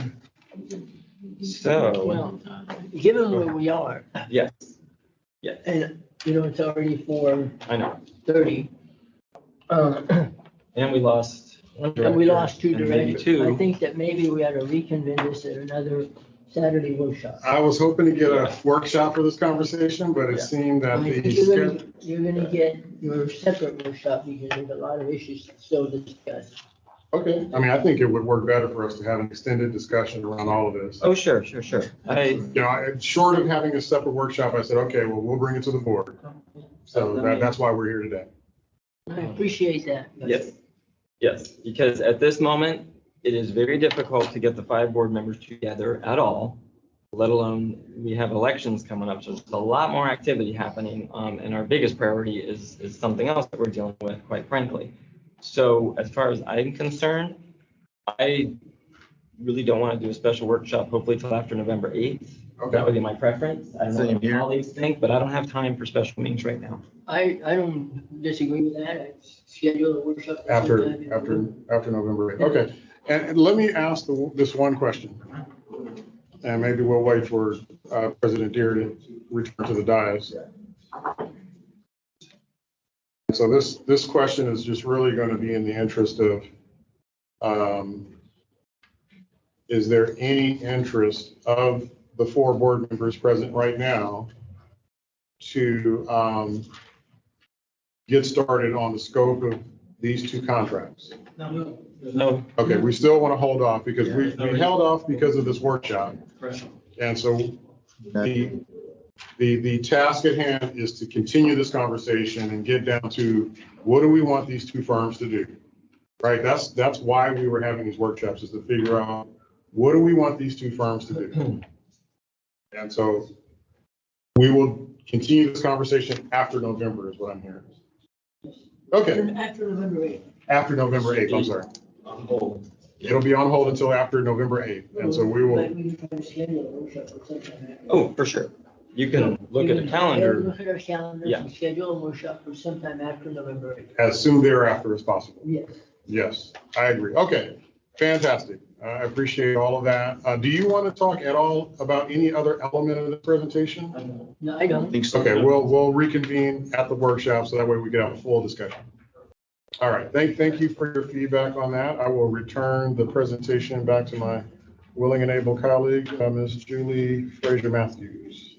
Let me stop sharing how do I stop sharing? Oh, looks like you've already taken care of that. We'll do a workshop after. Receive and file. Receive and file. We are now on to agenda item 10, receive and file. File So moved. items, 1 through 7. Second. Any discussion? I'll motion it or second it, whichever you want. You got a second. Director Williams got the motion. Okay. Okay, roll call. Question, any of these? Roll. Okay, Director Alvarez, Yes. Director Houston, Yes. Director Deere, Yes. Director Williams, Yes. and Director Gray is absent. Okay, so the motion carries. That takes us to the general manager's activity report. And I'm happy to have submitted my first written report as requested. The version of the report that's in the binder, I've updated with a few more items. So please do have the handout version that has a couple more items in there, including the rain barrel distribution event for Division 1 this past Saturday. I had the great pleasure of attending that with Director Williams and an opportunity to interact with a lot of our customers who were coming in to pick up their rain barrels. They were so appreciative of us for having arranged that distribution event. And we were also able to thank them for participating and also promote hopefully the attendance to the water harvest. So we saw a lot of customers that morning. I wasn't there for the entire time, but for the period I was there, it was car after car after car after car. It was really wonderful. So that is one of the additions in my written report here. I won't go on and on, but I will just point your attention to